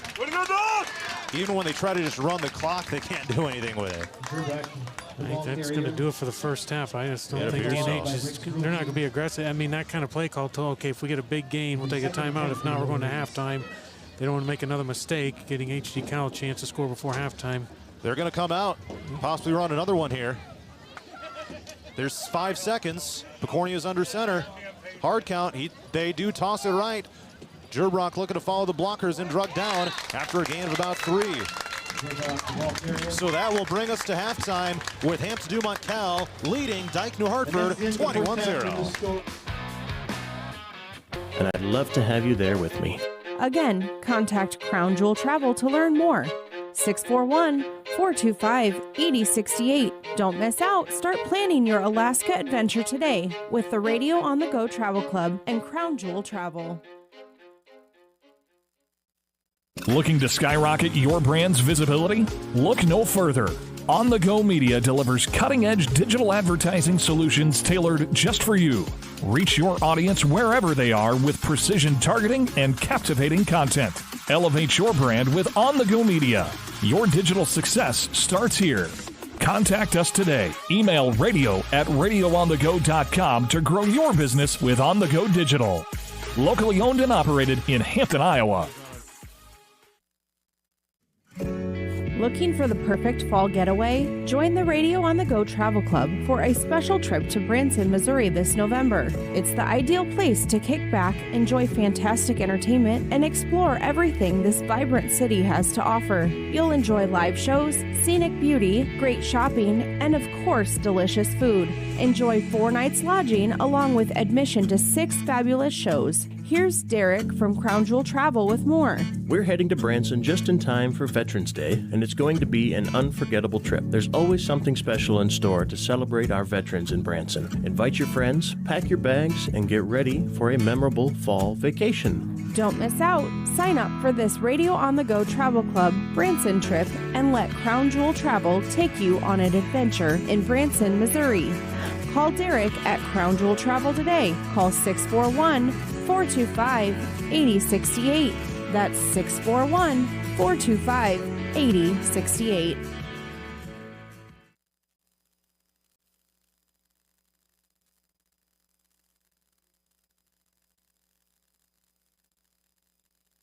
We've reached halftime, or it's Hampton-Dumont-CAL 21, Dike-New Hartford 0. And it is our Wiffles Hybrids halftime show. Earlier this week, I talked to Hampton-Dumont-CAL senior Brady Harr about his decision to play football at Iowa State. Here's that interview right now. I'm being joined on Radio on the Go Sports by Hampton-Dumont-CAL senior Brady Harr, who has committed to the Iowa State football team. And Brady, thanks for the time today. Congrats on this awesome news for you. I guess my first question for you, how would you kind of describe this process of deciding to go to Iowa State? Any other options you had, or what kind of was the biggest, deciding factors with this?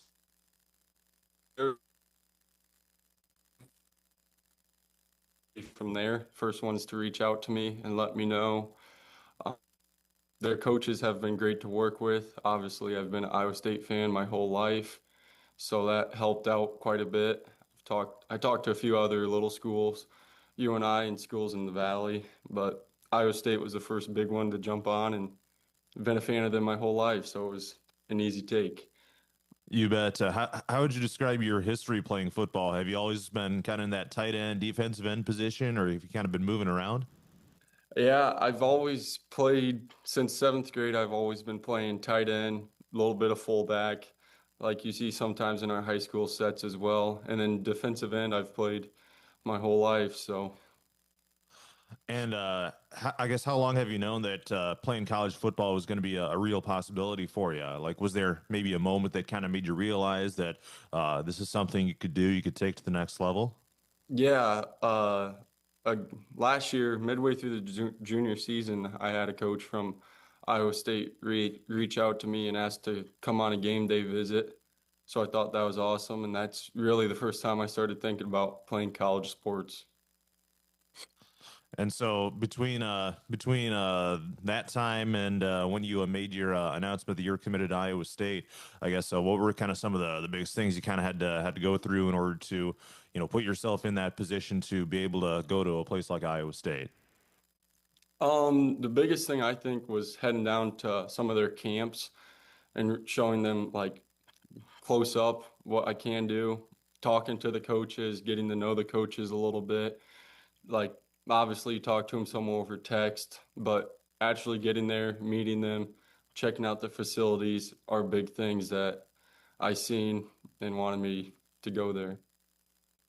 Yeah, and when it comes to the coaching staff at Iowa State, you had mentioned you'd been working with some of them throughout the recruiting process and stuff like that. Obviously, led by a guy like Matt Campbell, who's brought that program to great heights. What are some of the things that, those coaches down there at Iowa State are going to bring to the table, and, why they kind of stood out to you think? They started off, obviously, I'm a big guy, can do a lot of things with my body, build on a lot of strength, get faster, all that sort of thing. Long arms help out, once again, with my body. And then the coaches talked about how they think they could develop me into a player in a few years. And that once the opportunity was there, I feel like it's one couldn't pass up on. What do you think about Matt Campbell and the things he's done since he came into Iowa State? Obviously bringing them to kind of places that program has really never been before. Yeah, I think he's done a great job. Like, I think he's been there close to 10 years now, which is crazy to think about. But for a little bit, when I was a young kid, Iowa State wasn't the top-notch team they are now. But the past few, like 10-2, 11-2 last season, had a rough couple of past weeks, but they've been a great team overall, and they're doing great things, bringing in big recruits from across the nation. And he's won big bowl games, done a lot of big things. And kind of a family thing for you guys. Your brother playing college football, Scott Har out at Iowa Western as well. So when it comes to kind of you and him both playing college football now, I guess what was that like for you guys kind of growing up together? Did you kind of always kind of think about maybe playing college football at some point, or I guess how would you kind of describe that? It was definitely a thought as a kid. I mean, just playing in the yard, acting like we're on certain teams with our little fake helmets on, throwing the ball across the yard, hitting each other, tackling, just playing as kids. But then as we got bigger, it started to become more real to us. Yeah, and another guy from HG-Cal that went to Iowa State, Josh Kniffel. Did you get a chance to know him at all, or did you not really cross paths too much with him? He helped out coaching for high school when I was a freshman, I believe, and then he took off my sophomore year. But some of the things I remember him saying as sophomore is just like, or not as a sophomore, as a freshman, just the way he presented himself. He was confident guy, respectful, and helped out with the O-line a lot. So I wasn't with him every single day because I was playing tight end, but some of the things he just taught you, like big thing was discipline, and taught me to listen to coaches better. Who are some of the other mentors that have kind of helped guide you along your journey? I would say another thing with my brother, like I was never, midway through my junior season, I was never used to talking to coaches. So when coaches would call or send me a text, I would be like, hey, what do I say to this guy? Blah, blah, blah. I wasn't used to that yet. And then I'd say all the coaches at Hampton helped me out, shaped me in different ways, helped me progress through my journey in football, and taught me a bunch of things about the sport. And not only just the sport, but how important the classroom is, showing up on time to things, and just discipline in general. All right, just a few questions left for you here. What are some of the ways you're looking to improve as a football player before you head to Iowa State? Like, what are kind of some of those biggest areas of your game that you gotta grow before next year? I think one thing I want to emphasize is footwork and agility. And then on top of that, obviously strength. But I think a big thing is if you can get your footwork, speed, and that stuff down to begin with, I think that's a great point. Whether it's running routes, blocking, you need footwork's the first thing that comes in all those. And have you decided on a major or anything like that? I am undecided on a major, but I'm thinking somewhere along the lines of business, but I haven't came out and said what major I'm doing yet. I gotcha. We'll see where that takes you. And then Yep. when it comes to the immediate future here, this Friday night, you're going to be playing Dike-New Hartford. Obviously, a huge opportunity for you guys to solidify your playoff positioning. What's kind of an initial outlook for that game? What's it going to take against those guys here on Friday?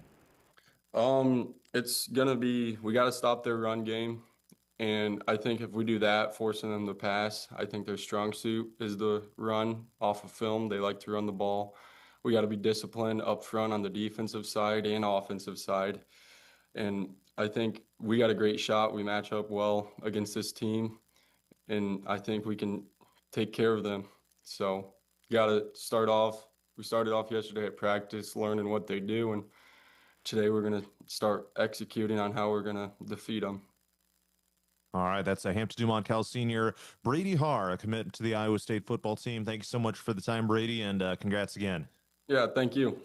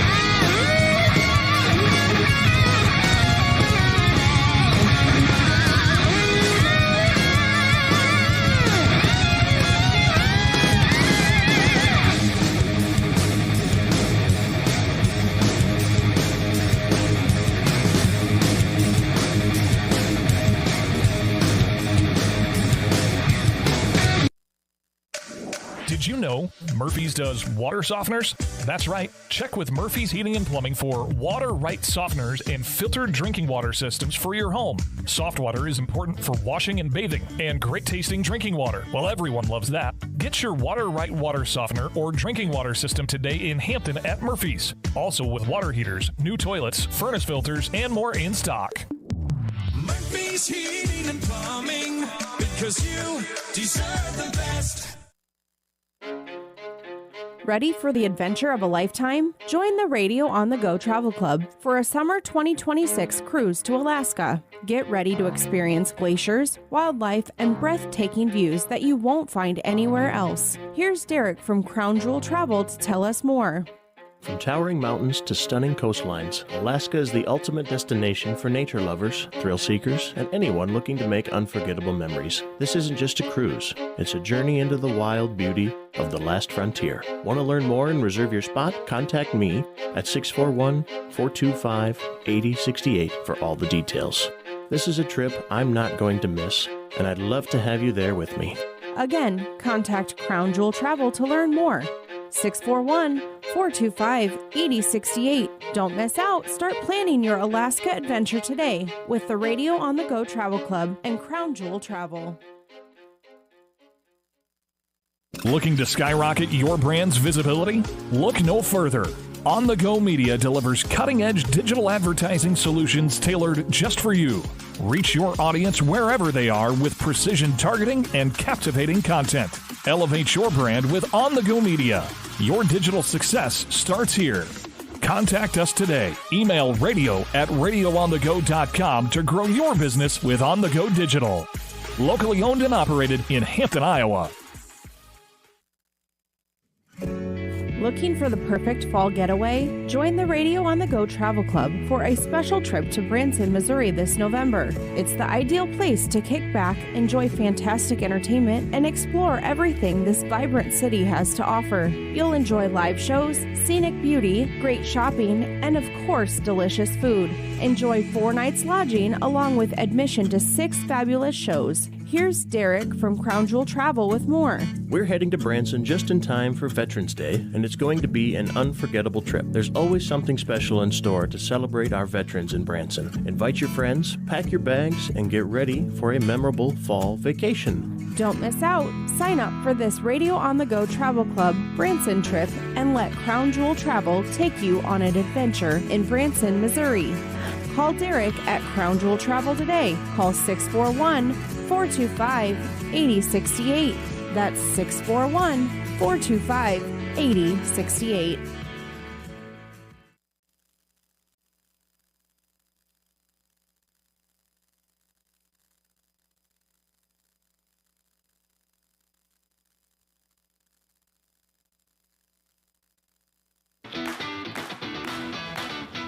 It's halftime at Hampton-Dumont-CAL where the Bulldogs lead Dike-New Hartford 21-0. John Mowinkle, Mitch Williams with you here. Mitch, how about you give us some stats if you could? We'll start off with Dike-New Hartford passing Peyton Picorni, just 3 of 8 for 15 yards for DNH. Leading rusher is Gavin Gerbach, 9 carries, 34 yards as a team, 16 carries, 56 yards, and as a team, just 71 yards of total offense for the Wolverines. HD-Cal defensive line, a lot to do with that. HD-Cal running the ball, led by Jacob Mailer, 6 carries, 26 yards, and a touchdown. Also, Ryder Struther, a touchdown as well. Passing the ball, it was Blake Burmaster, 7 of 11, 138 yards, and that 81-yard touchdown strike to Aiden Keene there for the 3rd score of the night. In all, 179 yards to 71 is the comparison. Bulldogs with the advantage, John. All right, over in Denver, the Cyclones lead Vincent Schellsburg 14-0 at halftime. So if this score and that score both hold, then Hampton-Dumont-CAL would officially have a home game in the first round of the playoffs next Friday night. Down at Waterloo, Columbus Catholic leads Appleton-Parkersburg 28-12 at halftime. So if the Falcons lose, they are out of the playoffs. So that is quite the interesting development there as well. Mitch, an interesting development, I would say, here. There's not many people in America that would have predicted this halftime score. And the thing is, we talked about that common opponent, Roland Story. You know, D&H lost in double. Now, that was a game they did get down 21-7. We shouldn't mention at halftime. I believe it was 21-7. I know it was 21-7 at one point. I think it was at the halftime score. And they obviously lost in double overtime. HD-Cal, after a, back and forth first half, kind of let things get away in the second half. That has to be a big preaching point here for HD-Cal at halftime. Do not let up, because D&H, they can strike quickly. Yeah. So, yeah, I mean, there's still a whole second half, and I told you off air this first drive is very important. If HD-Cal does what they did a few weeks ago at Denver, takes a 7-minute drive and ends with the score, I mean, it's pretty much lights out.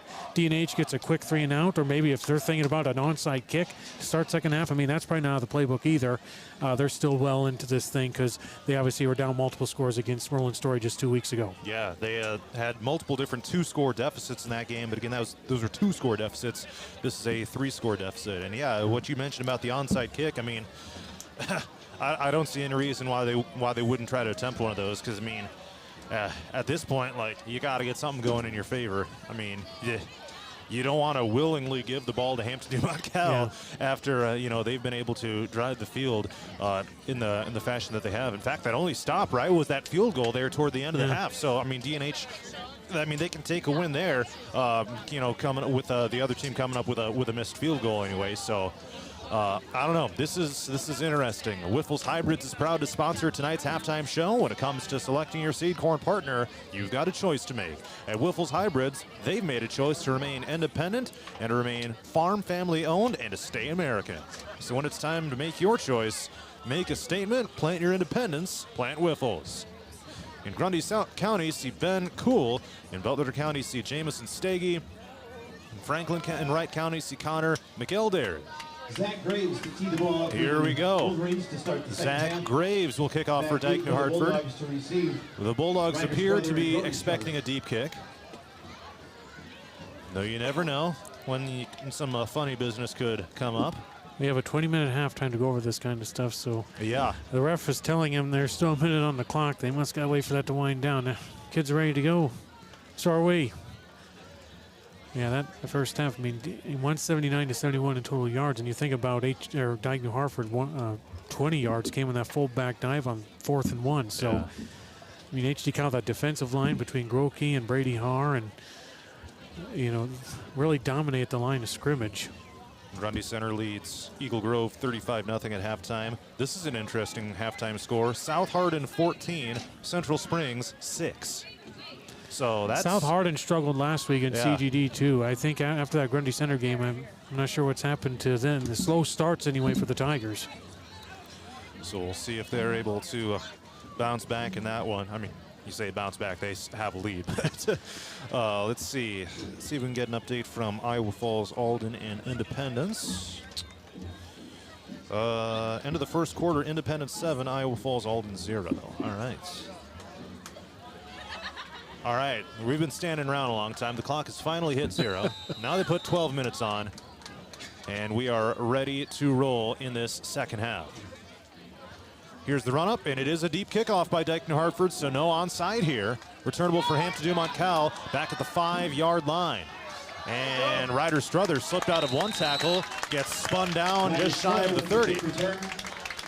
So that one could have been stopped a lot further back than it ended up being.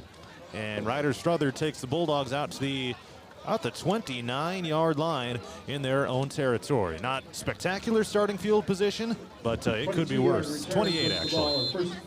Say HD-Cal by far and away has won that battle too in terms of field position tonight. D&H has started 2 or 3 drives inside their own 20 tonight. HD-Cal blocked a punt earlier. They recovered a muffed punt by the D&H return man. So here we go. Burmester will start under center. And it's a pitch right. This is Strother on the carry. Takes it right, and this play goes nowhere. Brody Strother, the ball carrier. Maybe a gain of a yard at best. Tripped up by Kaden Baker. And Baker makes the stop for Dike-New Hartford. It'll bring up 2nd and 9.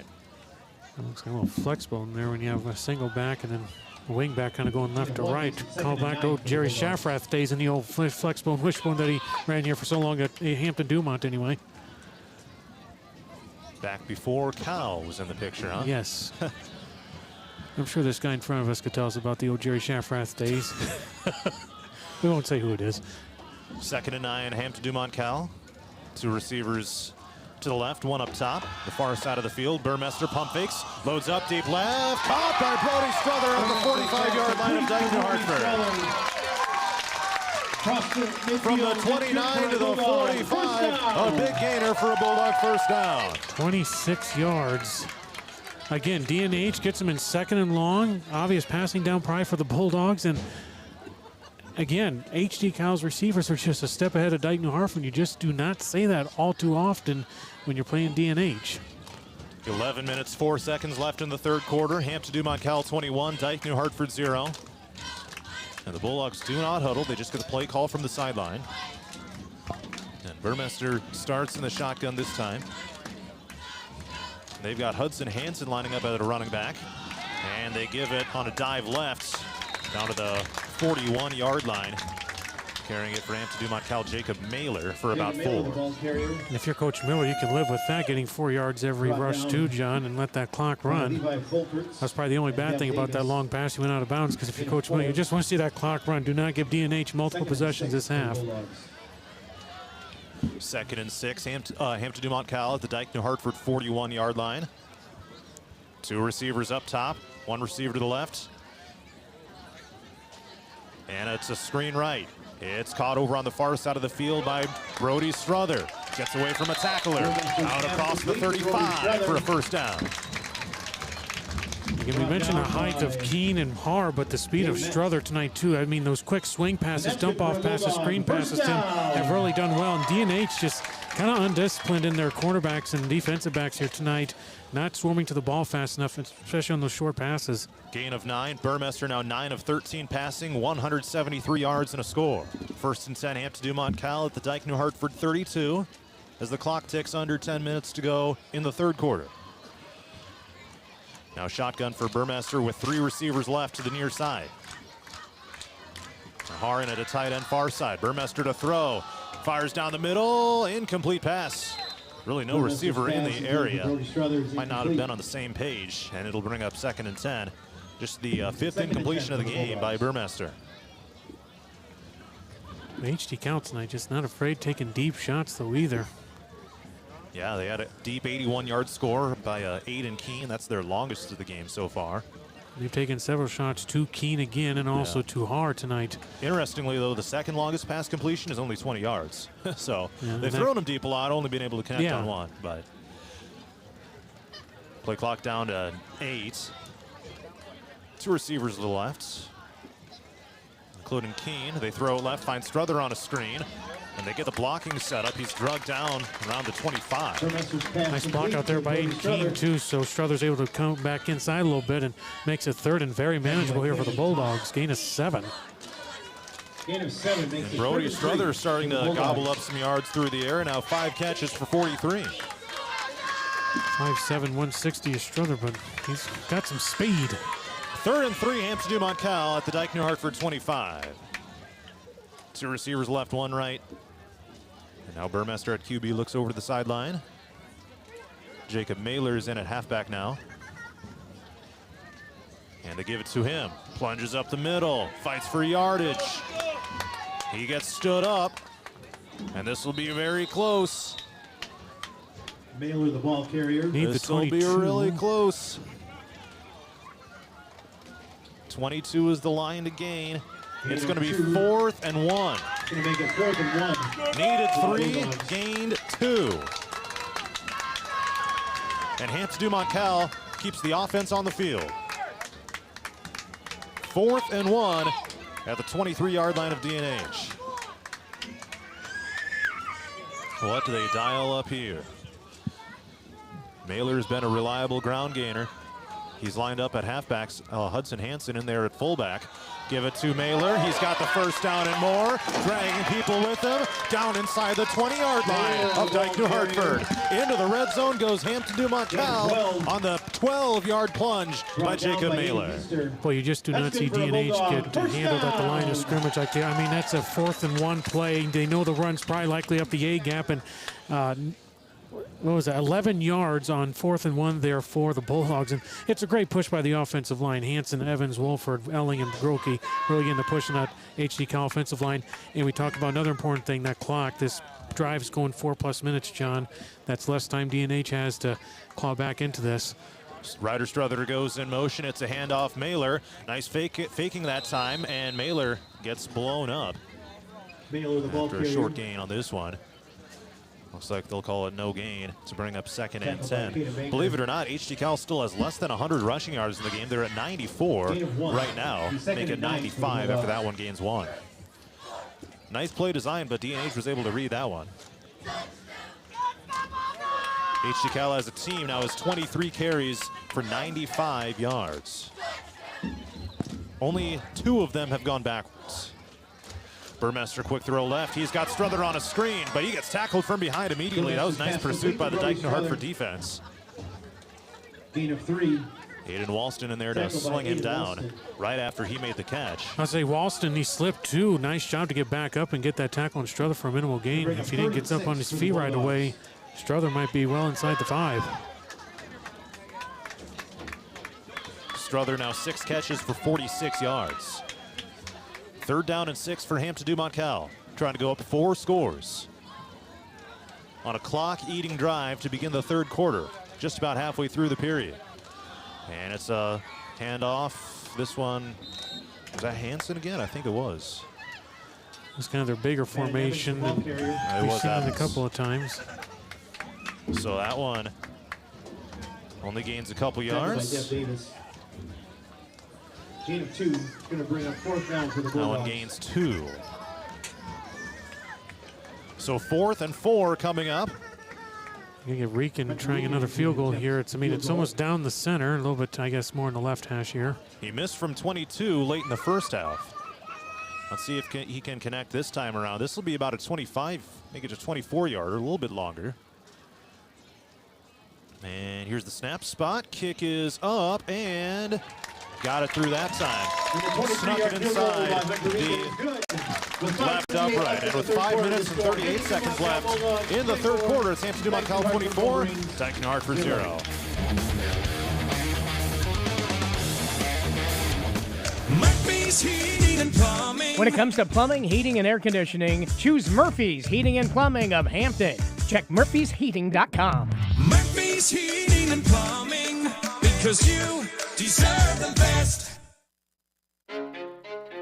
Ready for the adventure of a lifetime? Join the Radio on the Go Travel Club for a summer 2026 cruise to Alaska. Get ready to experience glaciers, wildlife, and breathtaking views that you won't find anywhere else. Here's Derek from Crown Jewel Travel to tell us more. From towering mountains to stunning coastlines, Alaska is the ultimate destination for nature lovers, thrill seekers, and anyone looking to make unforgettable memories. This isn't just a cruise, it's a journey into the wild beauty of the last frontier. Want to learn more? Hunter Rieken puts in a 24-yard field goal from the left hash, and with 5 minutes and 38 seconds to go in the 3rd quarter, it's Hampton-Dumont-CAL 24, Dike-New Hartford 0. Mitch, it's still a 3-score game if D&H were to score thrice with 3 2-point conversions. So, and this kick is returnable by Jensen right at the goal line, reaches up to snag it, takes it to the right, and gets popped once again. Another hard hit, that time it was Caden Woods. And the special teams, again, there's another one. The kickoff returns. HD-Cal's kickoff coverage has been great tonight, John. We got to add that. But D&H, they're not setting up their blocks on the kickoff returns either. It's kind of a double-edged sword there. Between your punts and kickoff returns, the special teams really kind of hurting D&H. Another drive inside their own 20 where they're starting, John. 5 minutes, 31 seconds left in the 3rd quarter. The drive will start at Dike-New Hartford's own 14-yard line. Soppy lines up as a single receiver right, 2 receivers out to the left. And Picorni takes the shotgun snap. Handoff Davis, takes it forward for a couple yards at best. Gerbrox, a couple yards at best. The ball carrier. That'll bring up a 2nd and 9, only 1 yard on the game by Gerbrox. He's now got 10 carries for 35 yards. D&H has 17 carries for 57 yards as a team. And Peyton McCorney is 3 of 8 passing for 15 yards.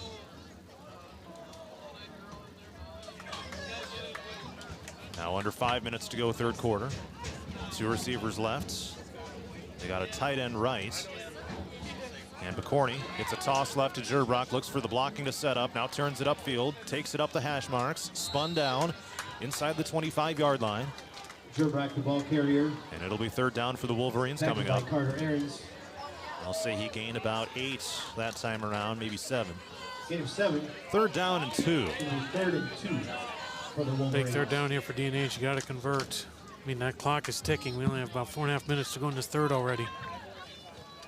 Yeah, and you said it, but that was a long drive by Hampton-Dumont-CAL to open up that third quarter. And even though they only got 3, I mean, the use of clock was really effective. And this run gets absolutely blown up again. That 5-2 defense of Hampton-Dumont-CAL is laying the lumber on these runs up the middle by Dike-New Hartford. And Gerbrock goes nowhere. They got punt now. I mean, you lost 2 yards. That makes it fourth down for the Wolverines. And at what point do you no longer punt? I mean, you're down 24-0. You got to get something rolling here if you're Dike-New Hartford. You're just hoping they make a mistake special teams wise. Can your defense get a 3 and out? And Aiden Keene is standing at the 50-yard line to field this punt. Line drive, and Keene fields it on the run, takes off across the 40 and gets taken down. A flag has been thrown on the far side numbers. There's a flag on the play. So 3 minutes, 29 seconds left in the third quarter. It was about a 10-ish yard return by Keene. However, we're about to find out what the penalty is. They're over on the D&H side, I think, getting the whatever the call is. Offense backing up. Yep. Usually a holder block in the back when it's a punt return. Usually don't see it on the kicking team, however. So it would be strange if that's the case. And they're still talking. HD-Cal got that. I mean, it was in our line drive, and that's not always a great punt because the returner got a running start. And are they going to wave this off again? That's what always amazed me. You threw the flag for a reason, and the other guys, D&H obviously hasn't moved, and HD-Cal maybe just huddling away, but looks like they're down there splitting hairs, just talking over technicalities on what they're going to call here.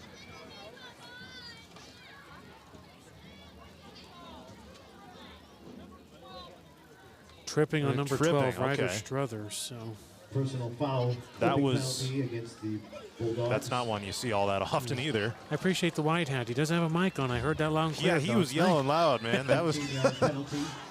They don't have the microphones in high school. I appreciate. I can hear it. Take your headphone off. So it's not great that the kids know that. What if you just had a bullhorn out there? Hey, I'm all for it. Let's hear who got it. So this drive will start at the 44-yard line in Hampton-Dumont-CAL territory. Burmester from the shotgun fakes the handoff, still looking to throw, loads up deep left. He's got a man beat. Incomplete, looking for Keene. And Ryder Struther also in the area.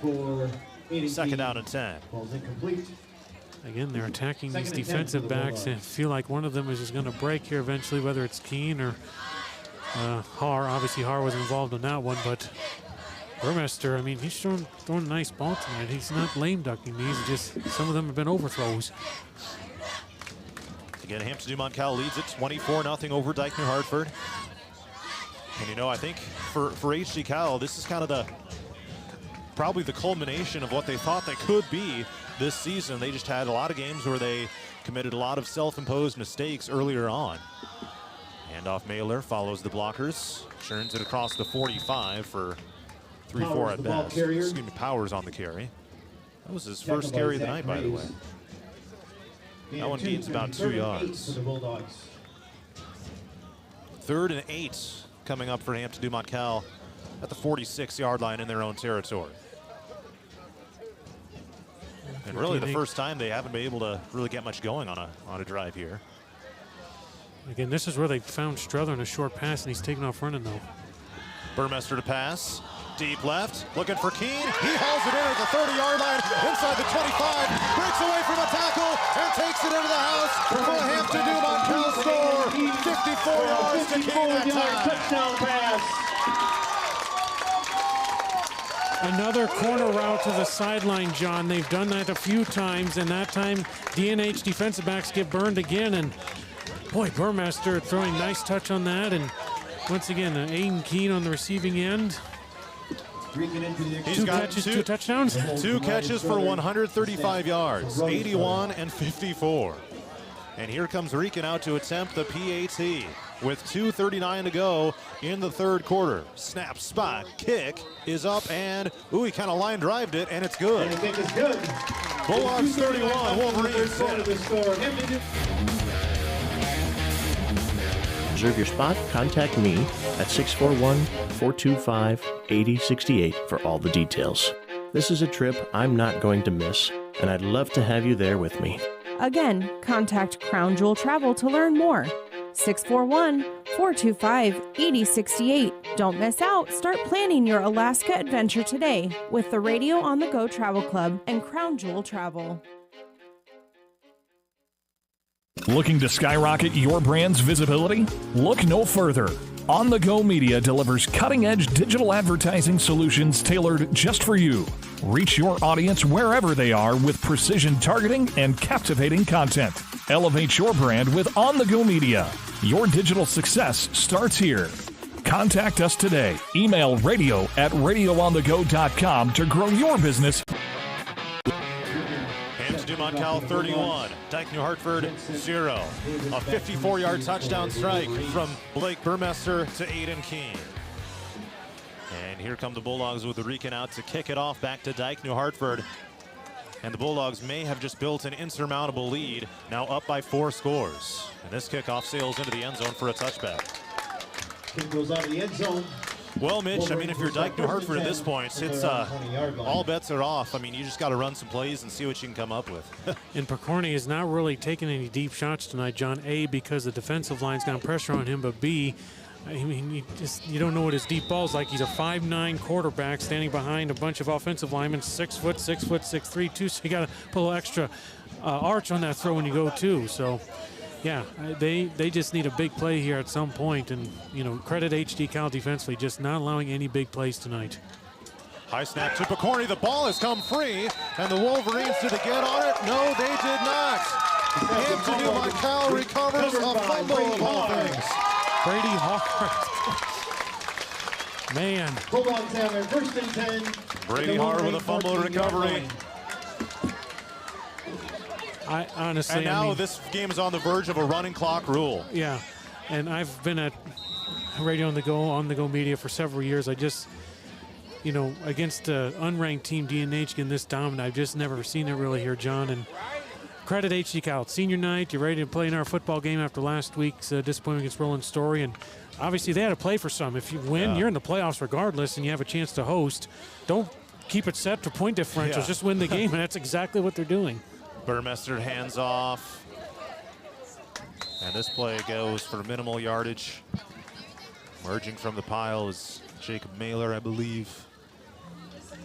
Mailer, the ball carrier. Yep, takes it for about 3-ish yards. Jacob Mailer now has 11 carries for 47 yards and a touchdown of 3 yards.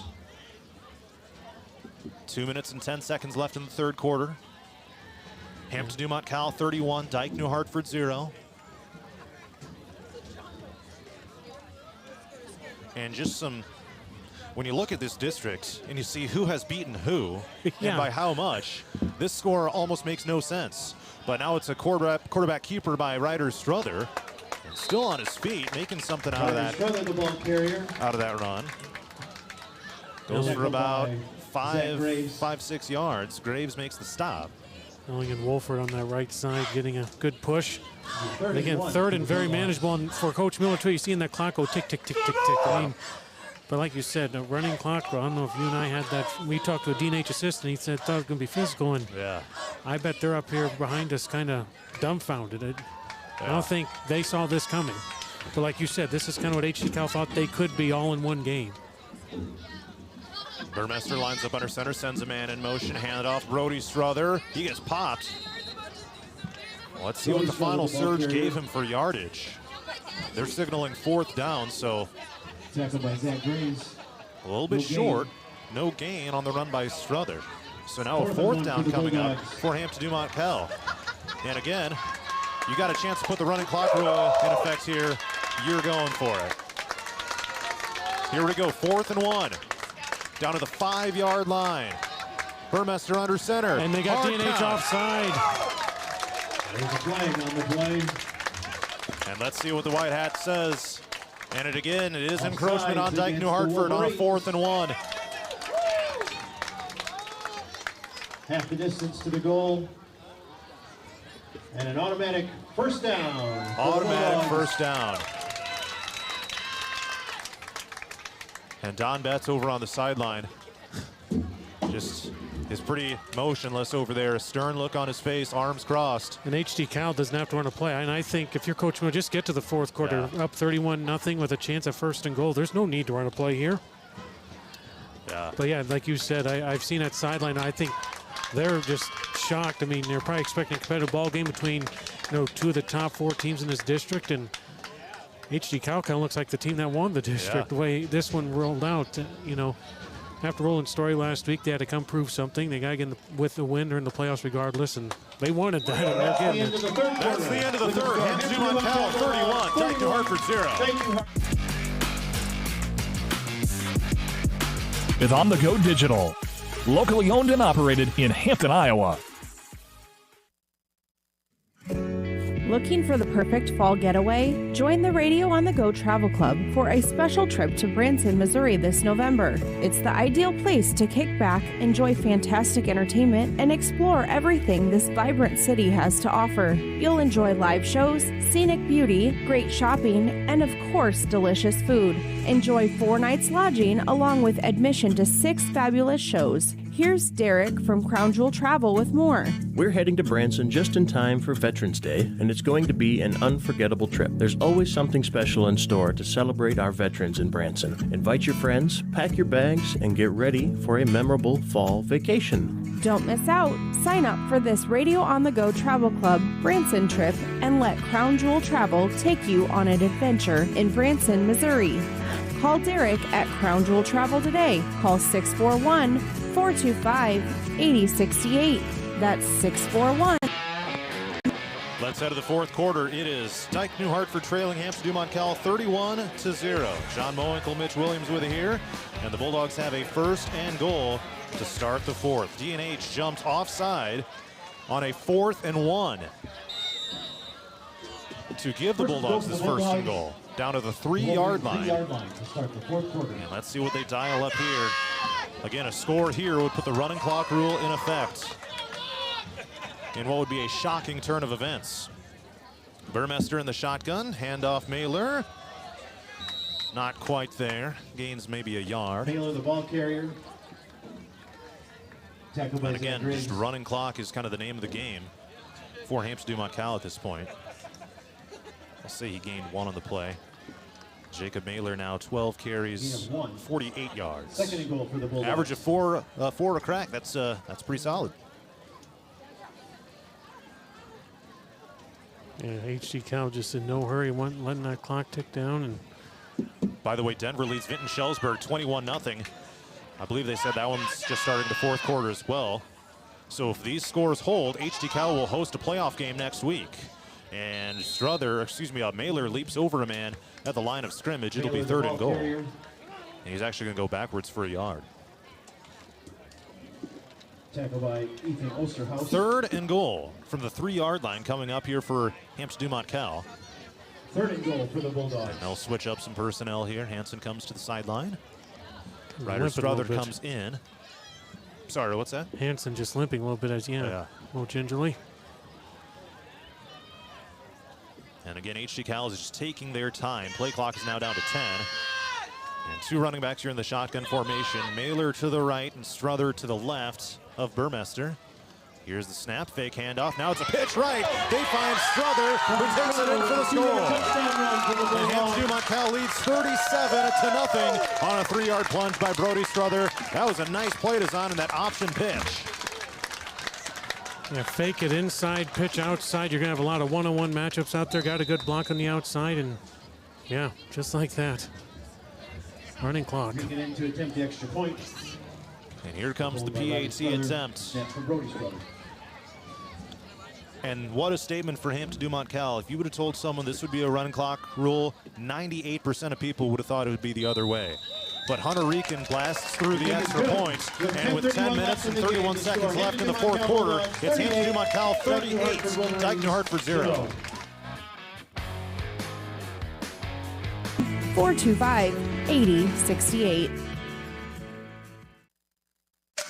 Murphy's Heating and Plumbing, because you deserve the best. Ready to refresh your bath or kitchen? Murphy's Heating and Plumbing has your perfect match. From stunning showers to modern toilets, explore endless possibilities in Murphy's exclusive vendor showroom. Stop by on Highway 3 East in Hampton or call for your personal showroom tour. Murphy's Heating and Plumbing, transforming your dreams into reality. Murphy's Heating and Plumbing, because you deserve the best.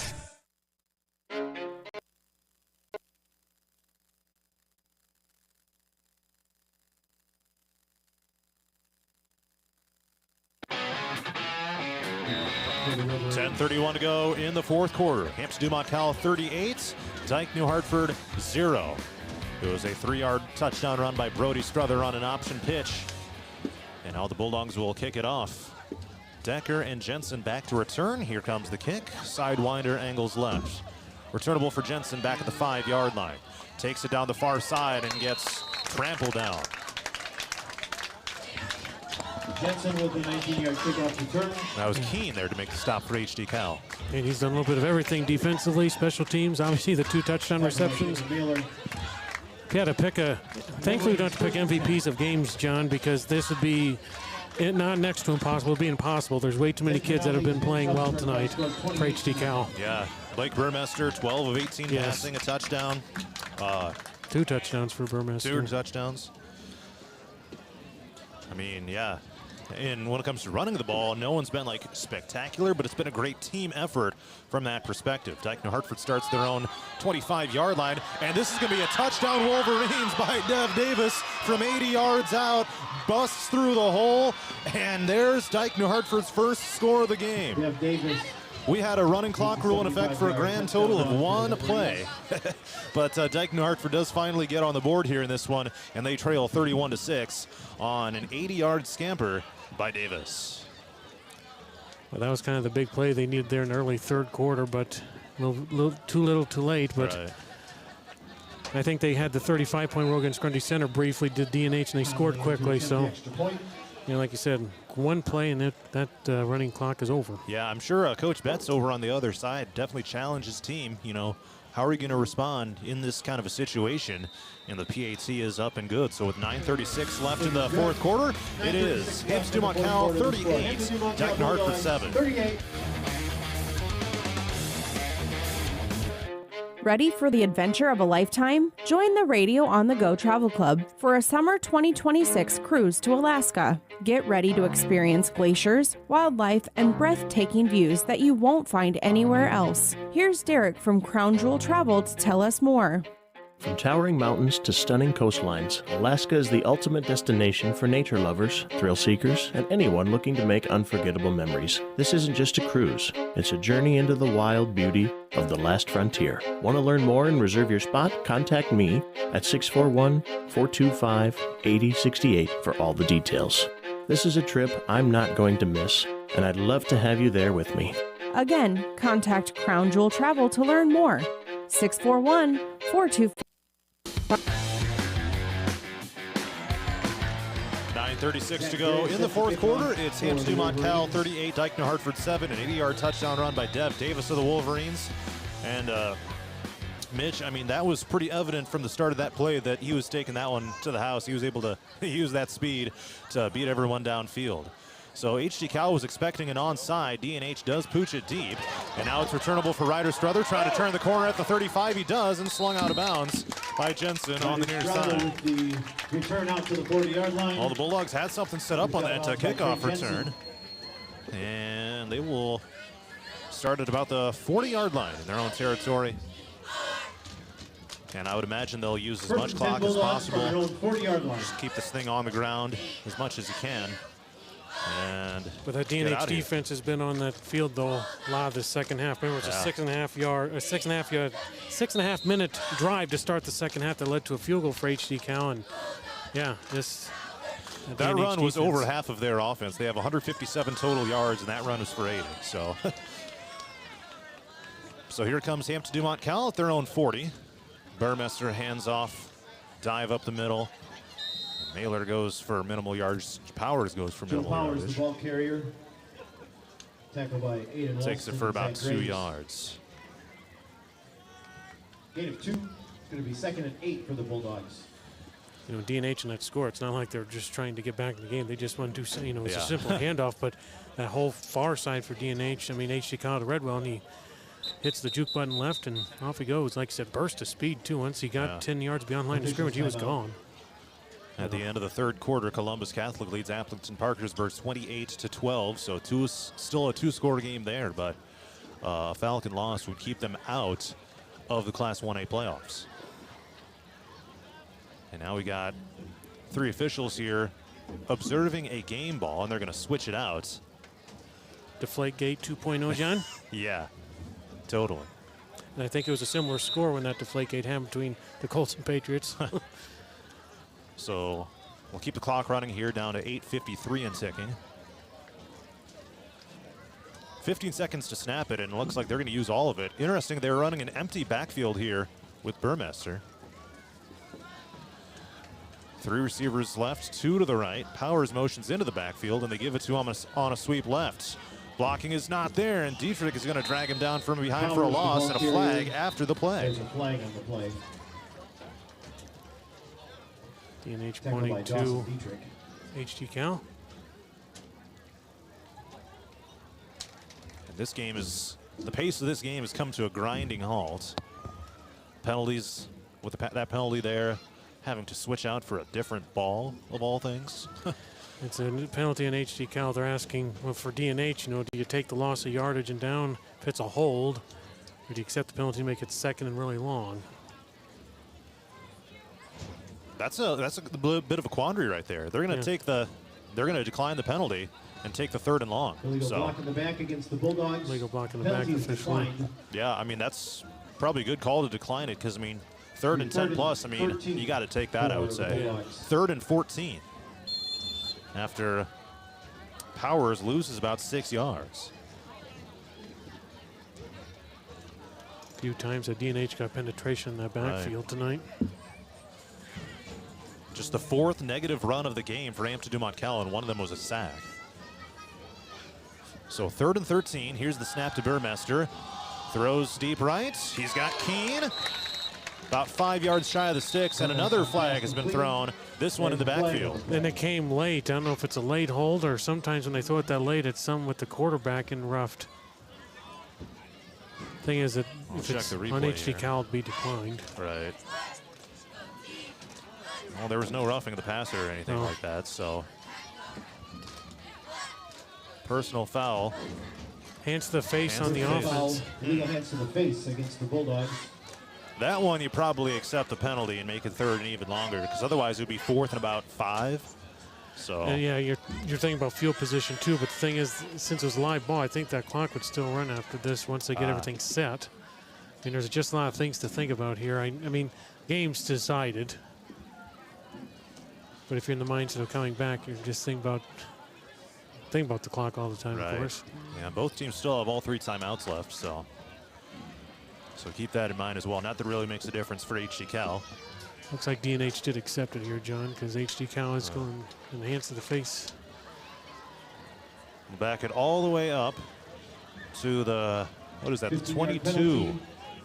Makes it 3rd and 28. 3rd and 28. And this is by far HD-Cal's longest down and distance. Hudson Hansen back in off the sideline. And the clock does continue to run. 7:46. Well, what's your best 3rd and 28 play? Burmester in the shotgun. He takes the snap. Play action. Throws it right. Incomplete, looking for Har. It was in and out of his fingertips. Har gets taken out on the sideline. Bulldog fans wanted a late hit. No flag is It's gonna bring thrown. fourth down for the Bulldogs. I think the defensive back was just trying to finish the play. Well, I think Feeker came back there too and was just like, "Hey, you okay?" Yeah, you know, I like that sportsmanship. And then, honestly, if you throw the flag there, that almost might make the situation worse, to be honest with you. Like, then you're going to get in people's heads, and that's when people start getting mad, you know. So there was really nothing horribly egregious about that, I would say. So I wouldn't do a penalty in front of the guy in the gray shirt down there, though. We work with him, and you don't want to get him mad. Right in the center of the screen on YouTube. For the Bulldogs, Trey Jensen to receive for the Wolverines. All right, well, let's see what D&H can do with this punt return here. Looks like they're going to bring the heat, try to block. It was a rainbow of a snap and a line drive punt.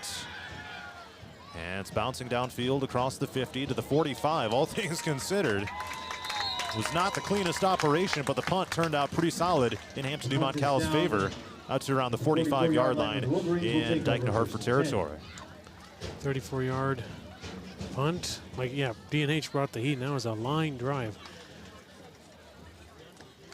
Well, what do you have here if you're Dike-New Hartford? 1st and 10 at your own 44. Down 38-7. 7:26 left in the fourth quarter. Pistol formation here for Picorni. 2 receivers to the bottom. And off to Rocks, counter right. Lunges for a gain of about 2 to about the 46. And Mitch, Dike-New Hartford has really shot themselves in the foot with penalties in this game. I mean, a couple of offside penalties on, you know, that 3rd and 4th drives. down. Yeah. When you think about the special teams miscues I brought up between the couple of bad kickoff returns, the block punt, I mean, just things you don't see from a a long tenure coach like that do. And a lot of miscues for the Wolverines. 2nd and 7 from the 46-yard line in their own territory. Pitch left, Gerbrandt looks to bounce it outside. He got grabbed by the jersey and gets taken down in the backfield. A loss of 3. Like watching Brady Har on defensive end. He had a short guy on. He just pushes you backwards. Tackle was made partially by Madden Evans. 3rd and 9 for the Wolverines. We'll see forward progress to the 16, or 46. So, loss of, -2. All right, 3rd and long, D&H. Line to gain is the 47 in Hampton-Dumont-CAL territory. Picorni from under center gets sacked. Gets absolutely driven down to the ground by Hampton-Dumont-CAL's Josh Wolford. I mean, he had no time to even think about throwing that ball. Josh Wolford, defensive lineman, interior there, and like you said, I mean, the quarterback there, Picorni, had no time to even pump fake or even wind up. Wolford was back there in 2 seconds, and again, HD-Cal just dominated the line of scrimmage tonight, John. And I think that was their first pass attempt from under center. The rest have been either in the pistol or in the shotgun. So, I mean, that alone puts you a little behind the 8 ball as far as the timing on that. So, didn't even hardly allow him a chance. D&H to punt now with Connolly. Spiral punts, fielded by Keene at his own 25-yard line. Sheds out of a tackle. And Dawson Dietrich able to help bring him down for Dike-New Hartford. Also there to help make the stop, Channing Cutsford and Danny Mitchell. Gang tackling by the Wolverines. And there is a penalty flag. 5 minutes and 18 seconds left in the fourth quarter. Hampton-Dumont-CAL 38, Dike-New Hartford 7. Well, HD-Cal, you talked about D&H penalties. This fourth quarter with penalties for the Bulldogs was this the 3rd or 4th one here, it looked like. And this is, the conversations they're having are taking a little too long for a game that's 31 points, but that's just my opinion.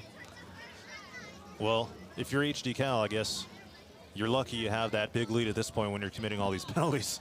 You're doing this in the first half? Conduct on HD-Cal. Okay. Personal foul. Also things to clean up there. Bulldogs. If you're you got to Coach Miller, keep your cool in these games. If you're Coach Miller, you don't want to be seeing that. You're up 31, the game's over. Don't be, doing silly things like that to give yourself any doubt going into the playoff game next week, which likely will be coming back here for a playoff game next week. Yeah. On their own 20-yard line. Yeah, as long as Denver takes care of business against Vinton Schellsburg, that is what would happen. So 1st and 10 Bulldogs back at their own 20 after the penalty. And this will be a short run.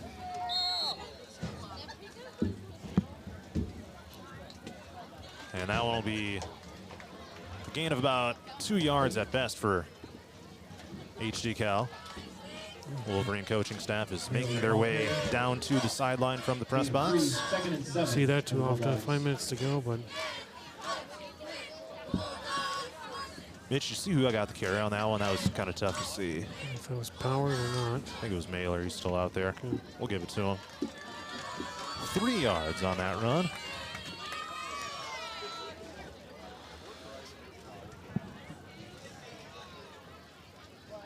My binoculars are fogged up now. Burmester handoff left. And this will be a short gain here on the ground by Hampton-Dumont-CAL. Jacob Mailer again. Mitchell on the stop for Dike-New Hartford. They're going to say no gain on this one. So 3rd and 7. Gain of 1. 4 minutes and 13 seconds left. And 3rd and 7 coming up for Hampton-Dumont-CAL. And now you got, looks like Brady Harr was talking to the head referee about something. Play clock is down to 10. So 3 receivers to the right. And a tight end left, that's Harr. Burmester to pass. Pump fakes, loads up deep. Looking for Keene, over the middle.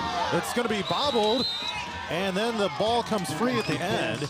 It was actually Caden Woods who got his hands on it. Intended for Caden Woods is and no flags on the play, so it'll bring up a 4th and long for Hampton-Dumont-CAL. 4th down for the Bulldogs. Looked like D&H's number 11, Jacob Feeker, had a chance on the inside to get that interception. It was very close. And here comes the punt unit for Hampton-Dumont-CAL. Clock is stopped with 3 minutes and 36 seconds left here in this 4th quarter. Well, Mitch, for HD-Cal to win a game like this going into the playoffs, I mean, there is no better momentum than this. Yeah. Like a dominating win over a team that was in lone in 2nd place coming into tonight. Now you. And you're going to play a 3 seed next week. We'll see what team ends up coming here to Hampton next week. Lots of different options. It's kind of hard to project at this point without knowing other scores from around the state. But so the official list of playoff qualifiers will be announced tonight. Around 11 o'clock-ish is usually about the time when the IHSAA gets those posted. And then the matchups for the first round will be at 10 o'clock tomorrow morning. So the association website might crash a little bit there for a while and come back up. It used to do that all the time. They've been posting them to Facebook and X so that doesn't happen. So you can find other spots to look at them. But yeah, back in the day, that was definitely a thing. Everyone's trying to see the playoffs. And back then also, they would post them at like 2 in the morning or something like that. So you'd have people staying up late at night. Those days are gone, but it's still exciting to see the matchups. As they get this punt away, and Jensen calls for a fair catch. There's going to be a penalty on HD-Cal. It's going to be on Brody Strother for kick catch interference. Again, that's another one of those things you just can't do. I mean, that's a mental play right there. Yeah. That's just a mistake you can't make if you're Hampton-Dumont-CAL. I mean, you played a flawless 3 quarters. Yeah. This 4th quarter has been less than stellar. You allowed the 80-yard touchdown. Okay, big deal. But these penalties, there's an unsportsmanlike penalty, a tripping penalty. This is going to be kick catch interference if my words come out.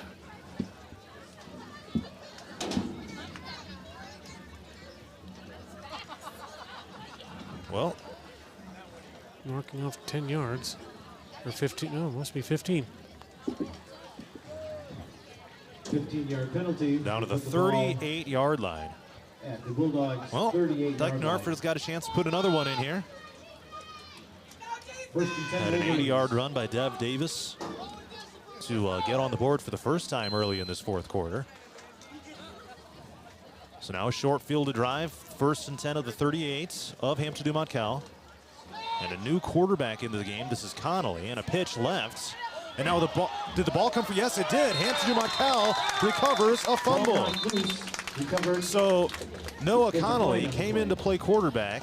Gavin Decker got the run to the left, and then he fumbles it. But there's also a penalty flag. Should be holding on DNH, declined, HD-Cal Yeah. ball. Holding against the Wolverines. Penalty. When it rains, it pours, I guess, Bulldogs. from Dike-New Hartford's perspective. Start.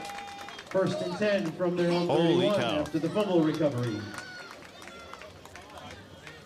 Ended up being a gain of about 5 yards, but... And the first offensive turnover of the game. There was that muff punt on special teams, but the first offensive turnover for either side tonight. So 3 minutes and 20 seconds left. And HD-Cal will need to get one more first down here pretty much to then start kneeling down. And send this one Who got home. that fumble recovery? I did not You may be see getting exact- it here. Yeah.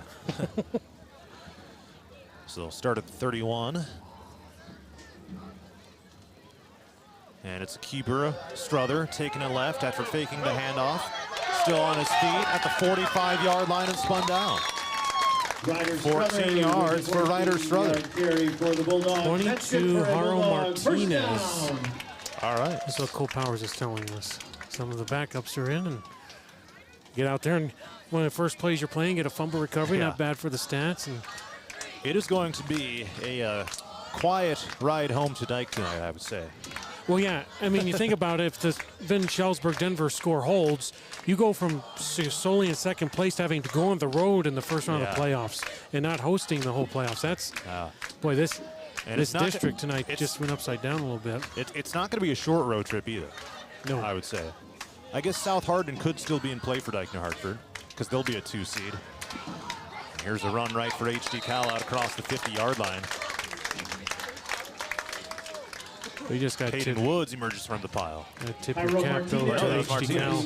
Yeah, for sure. I mean, you know, we talked about that common opponent rolling story, and as broadcasters, we can't really do that because things change each week. But man, just the domination between the line of scrimmage and the deep passes that HD-Cal was able. I mean, they tested. They didn't get all of them, but they weren't afraid to test it. And then, obviously, being aggressive on special teams. Just outside of this fourth quarter, very flawless, very dominant win for HD-Cal. So one more first down, and they'll be able to kneel this one out. 2nd and 5. Ryder Strother in to play quarterback here. You want to see if you can find a Denver Vinton score, if you could. And high snap to Strother. He hands off. It was a delayed handoff, and a flag comes in at the end of the play. Martinez gets the carry. However, it might be negated.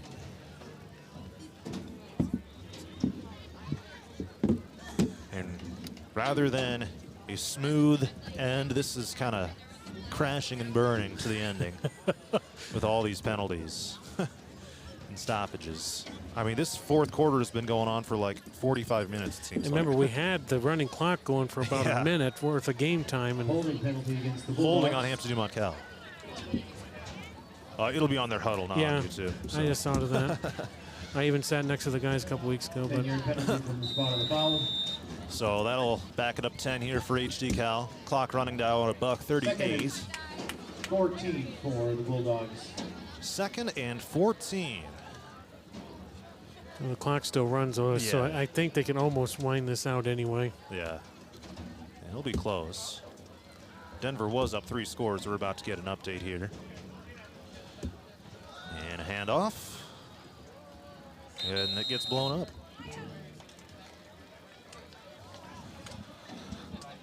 So a loss on the play here for Hampton-Dumont-CAL of about a yard.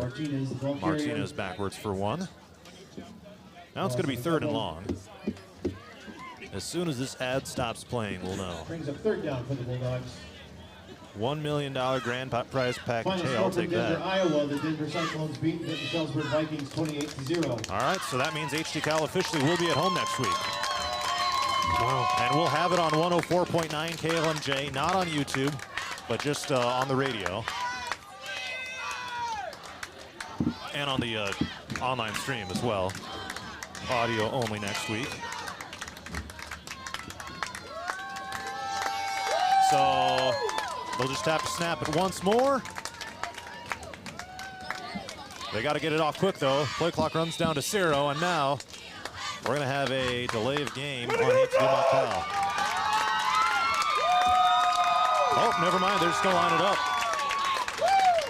So that'll be the final. In a statement of statement wins, Hampton-Dumont-CAL defeats Dike-New Hartford 38-7. Post-game coverage is next. 8068. Don't miss out. Start planning your Alaska adventure today with the Radio on the Go Travel Club and Crown Jewel Travel. Looking to skyrocket your brand's visibility? Look no further. On the Go Media delivers cutting-edge digital advertising solutions tailored just for you. Reach your audience wherever they are with precision targeting and captivating content. Elevate your brand with On the Go Media.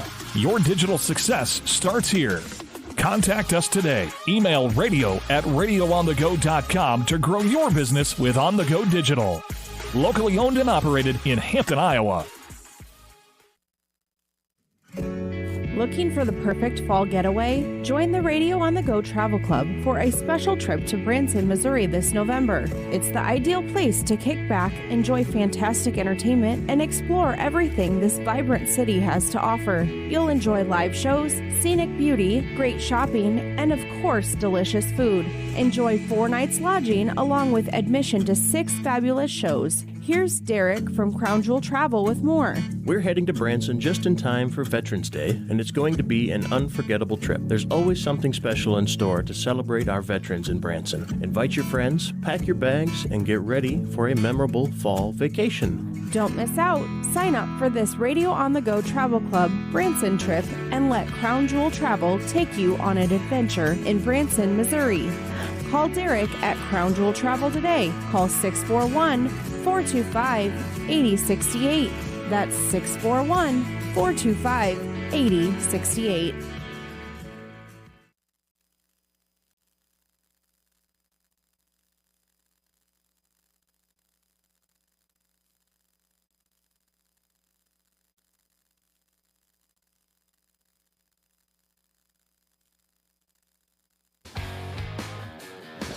Hampton-Dumont-CAL 38, Dike-New Hartford 7. John Mowinkle, Mitch Williams with you here.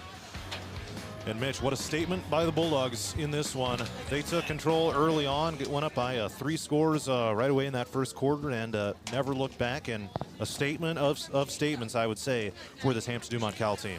Yeah, and you build a 38-0 lead there early in the fourth quarter, and yeah, you never look back. And like I said, the line of scrimmage, it was all HD Cal tonight, and whether it was on the defensive line, offensive line, they dominated it. I know you look at the rushing stats, HD Cal didn't overly impress you, but the thing is they stayed ahead of the sticks for the most part. They didn't really let Dike-New Hartford really get in any sort of rhythm.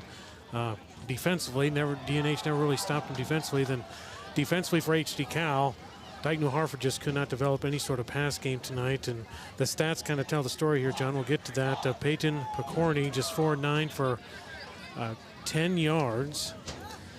For DNH, leading rusher was Dev Davis, 5 carries, 87 yards.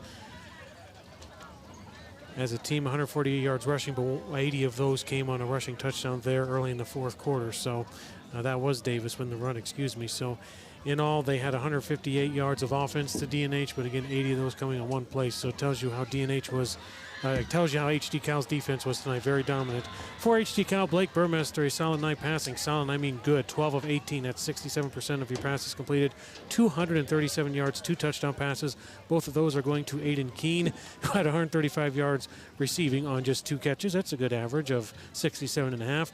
Leading the way rushing was Brody Struther, 7 carries, 58 yards and a touchdown. Jacob Mailer, 15 carries, 50 yards and a touchdown as well. Ryder Struther had 6 carries, 21 yards and a touchdown. We should mention that the kicking game too did get a field goal as well. So yeah, dominating 365 to 158 on the total yards really tells the story of this game, John.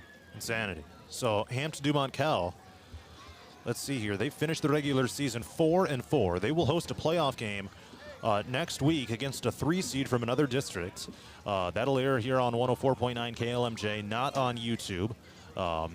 And then Dike-New Hartford finishes the regular season 5-3. They are the 3 seed in this district, and they will go on the road to another 2 seed in the state of Iowa. So 38-7 is the final score.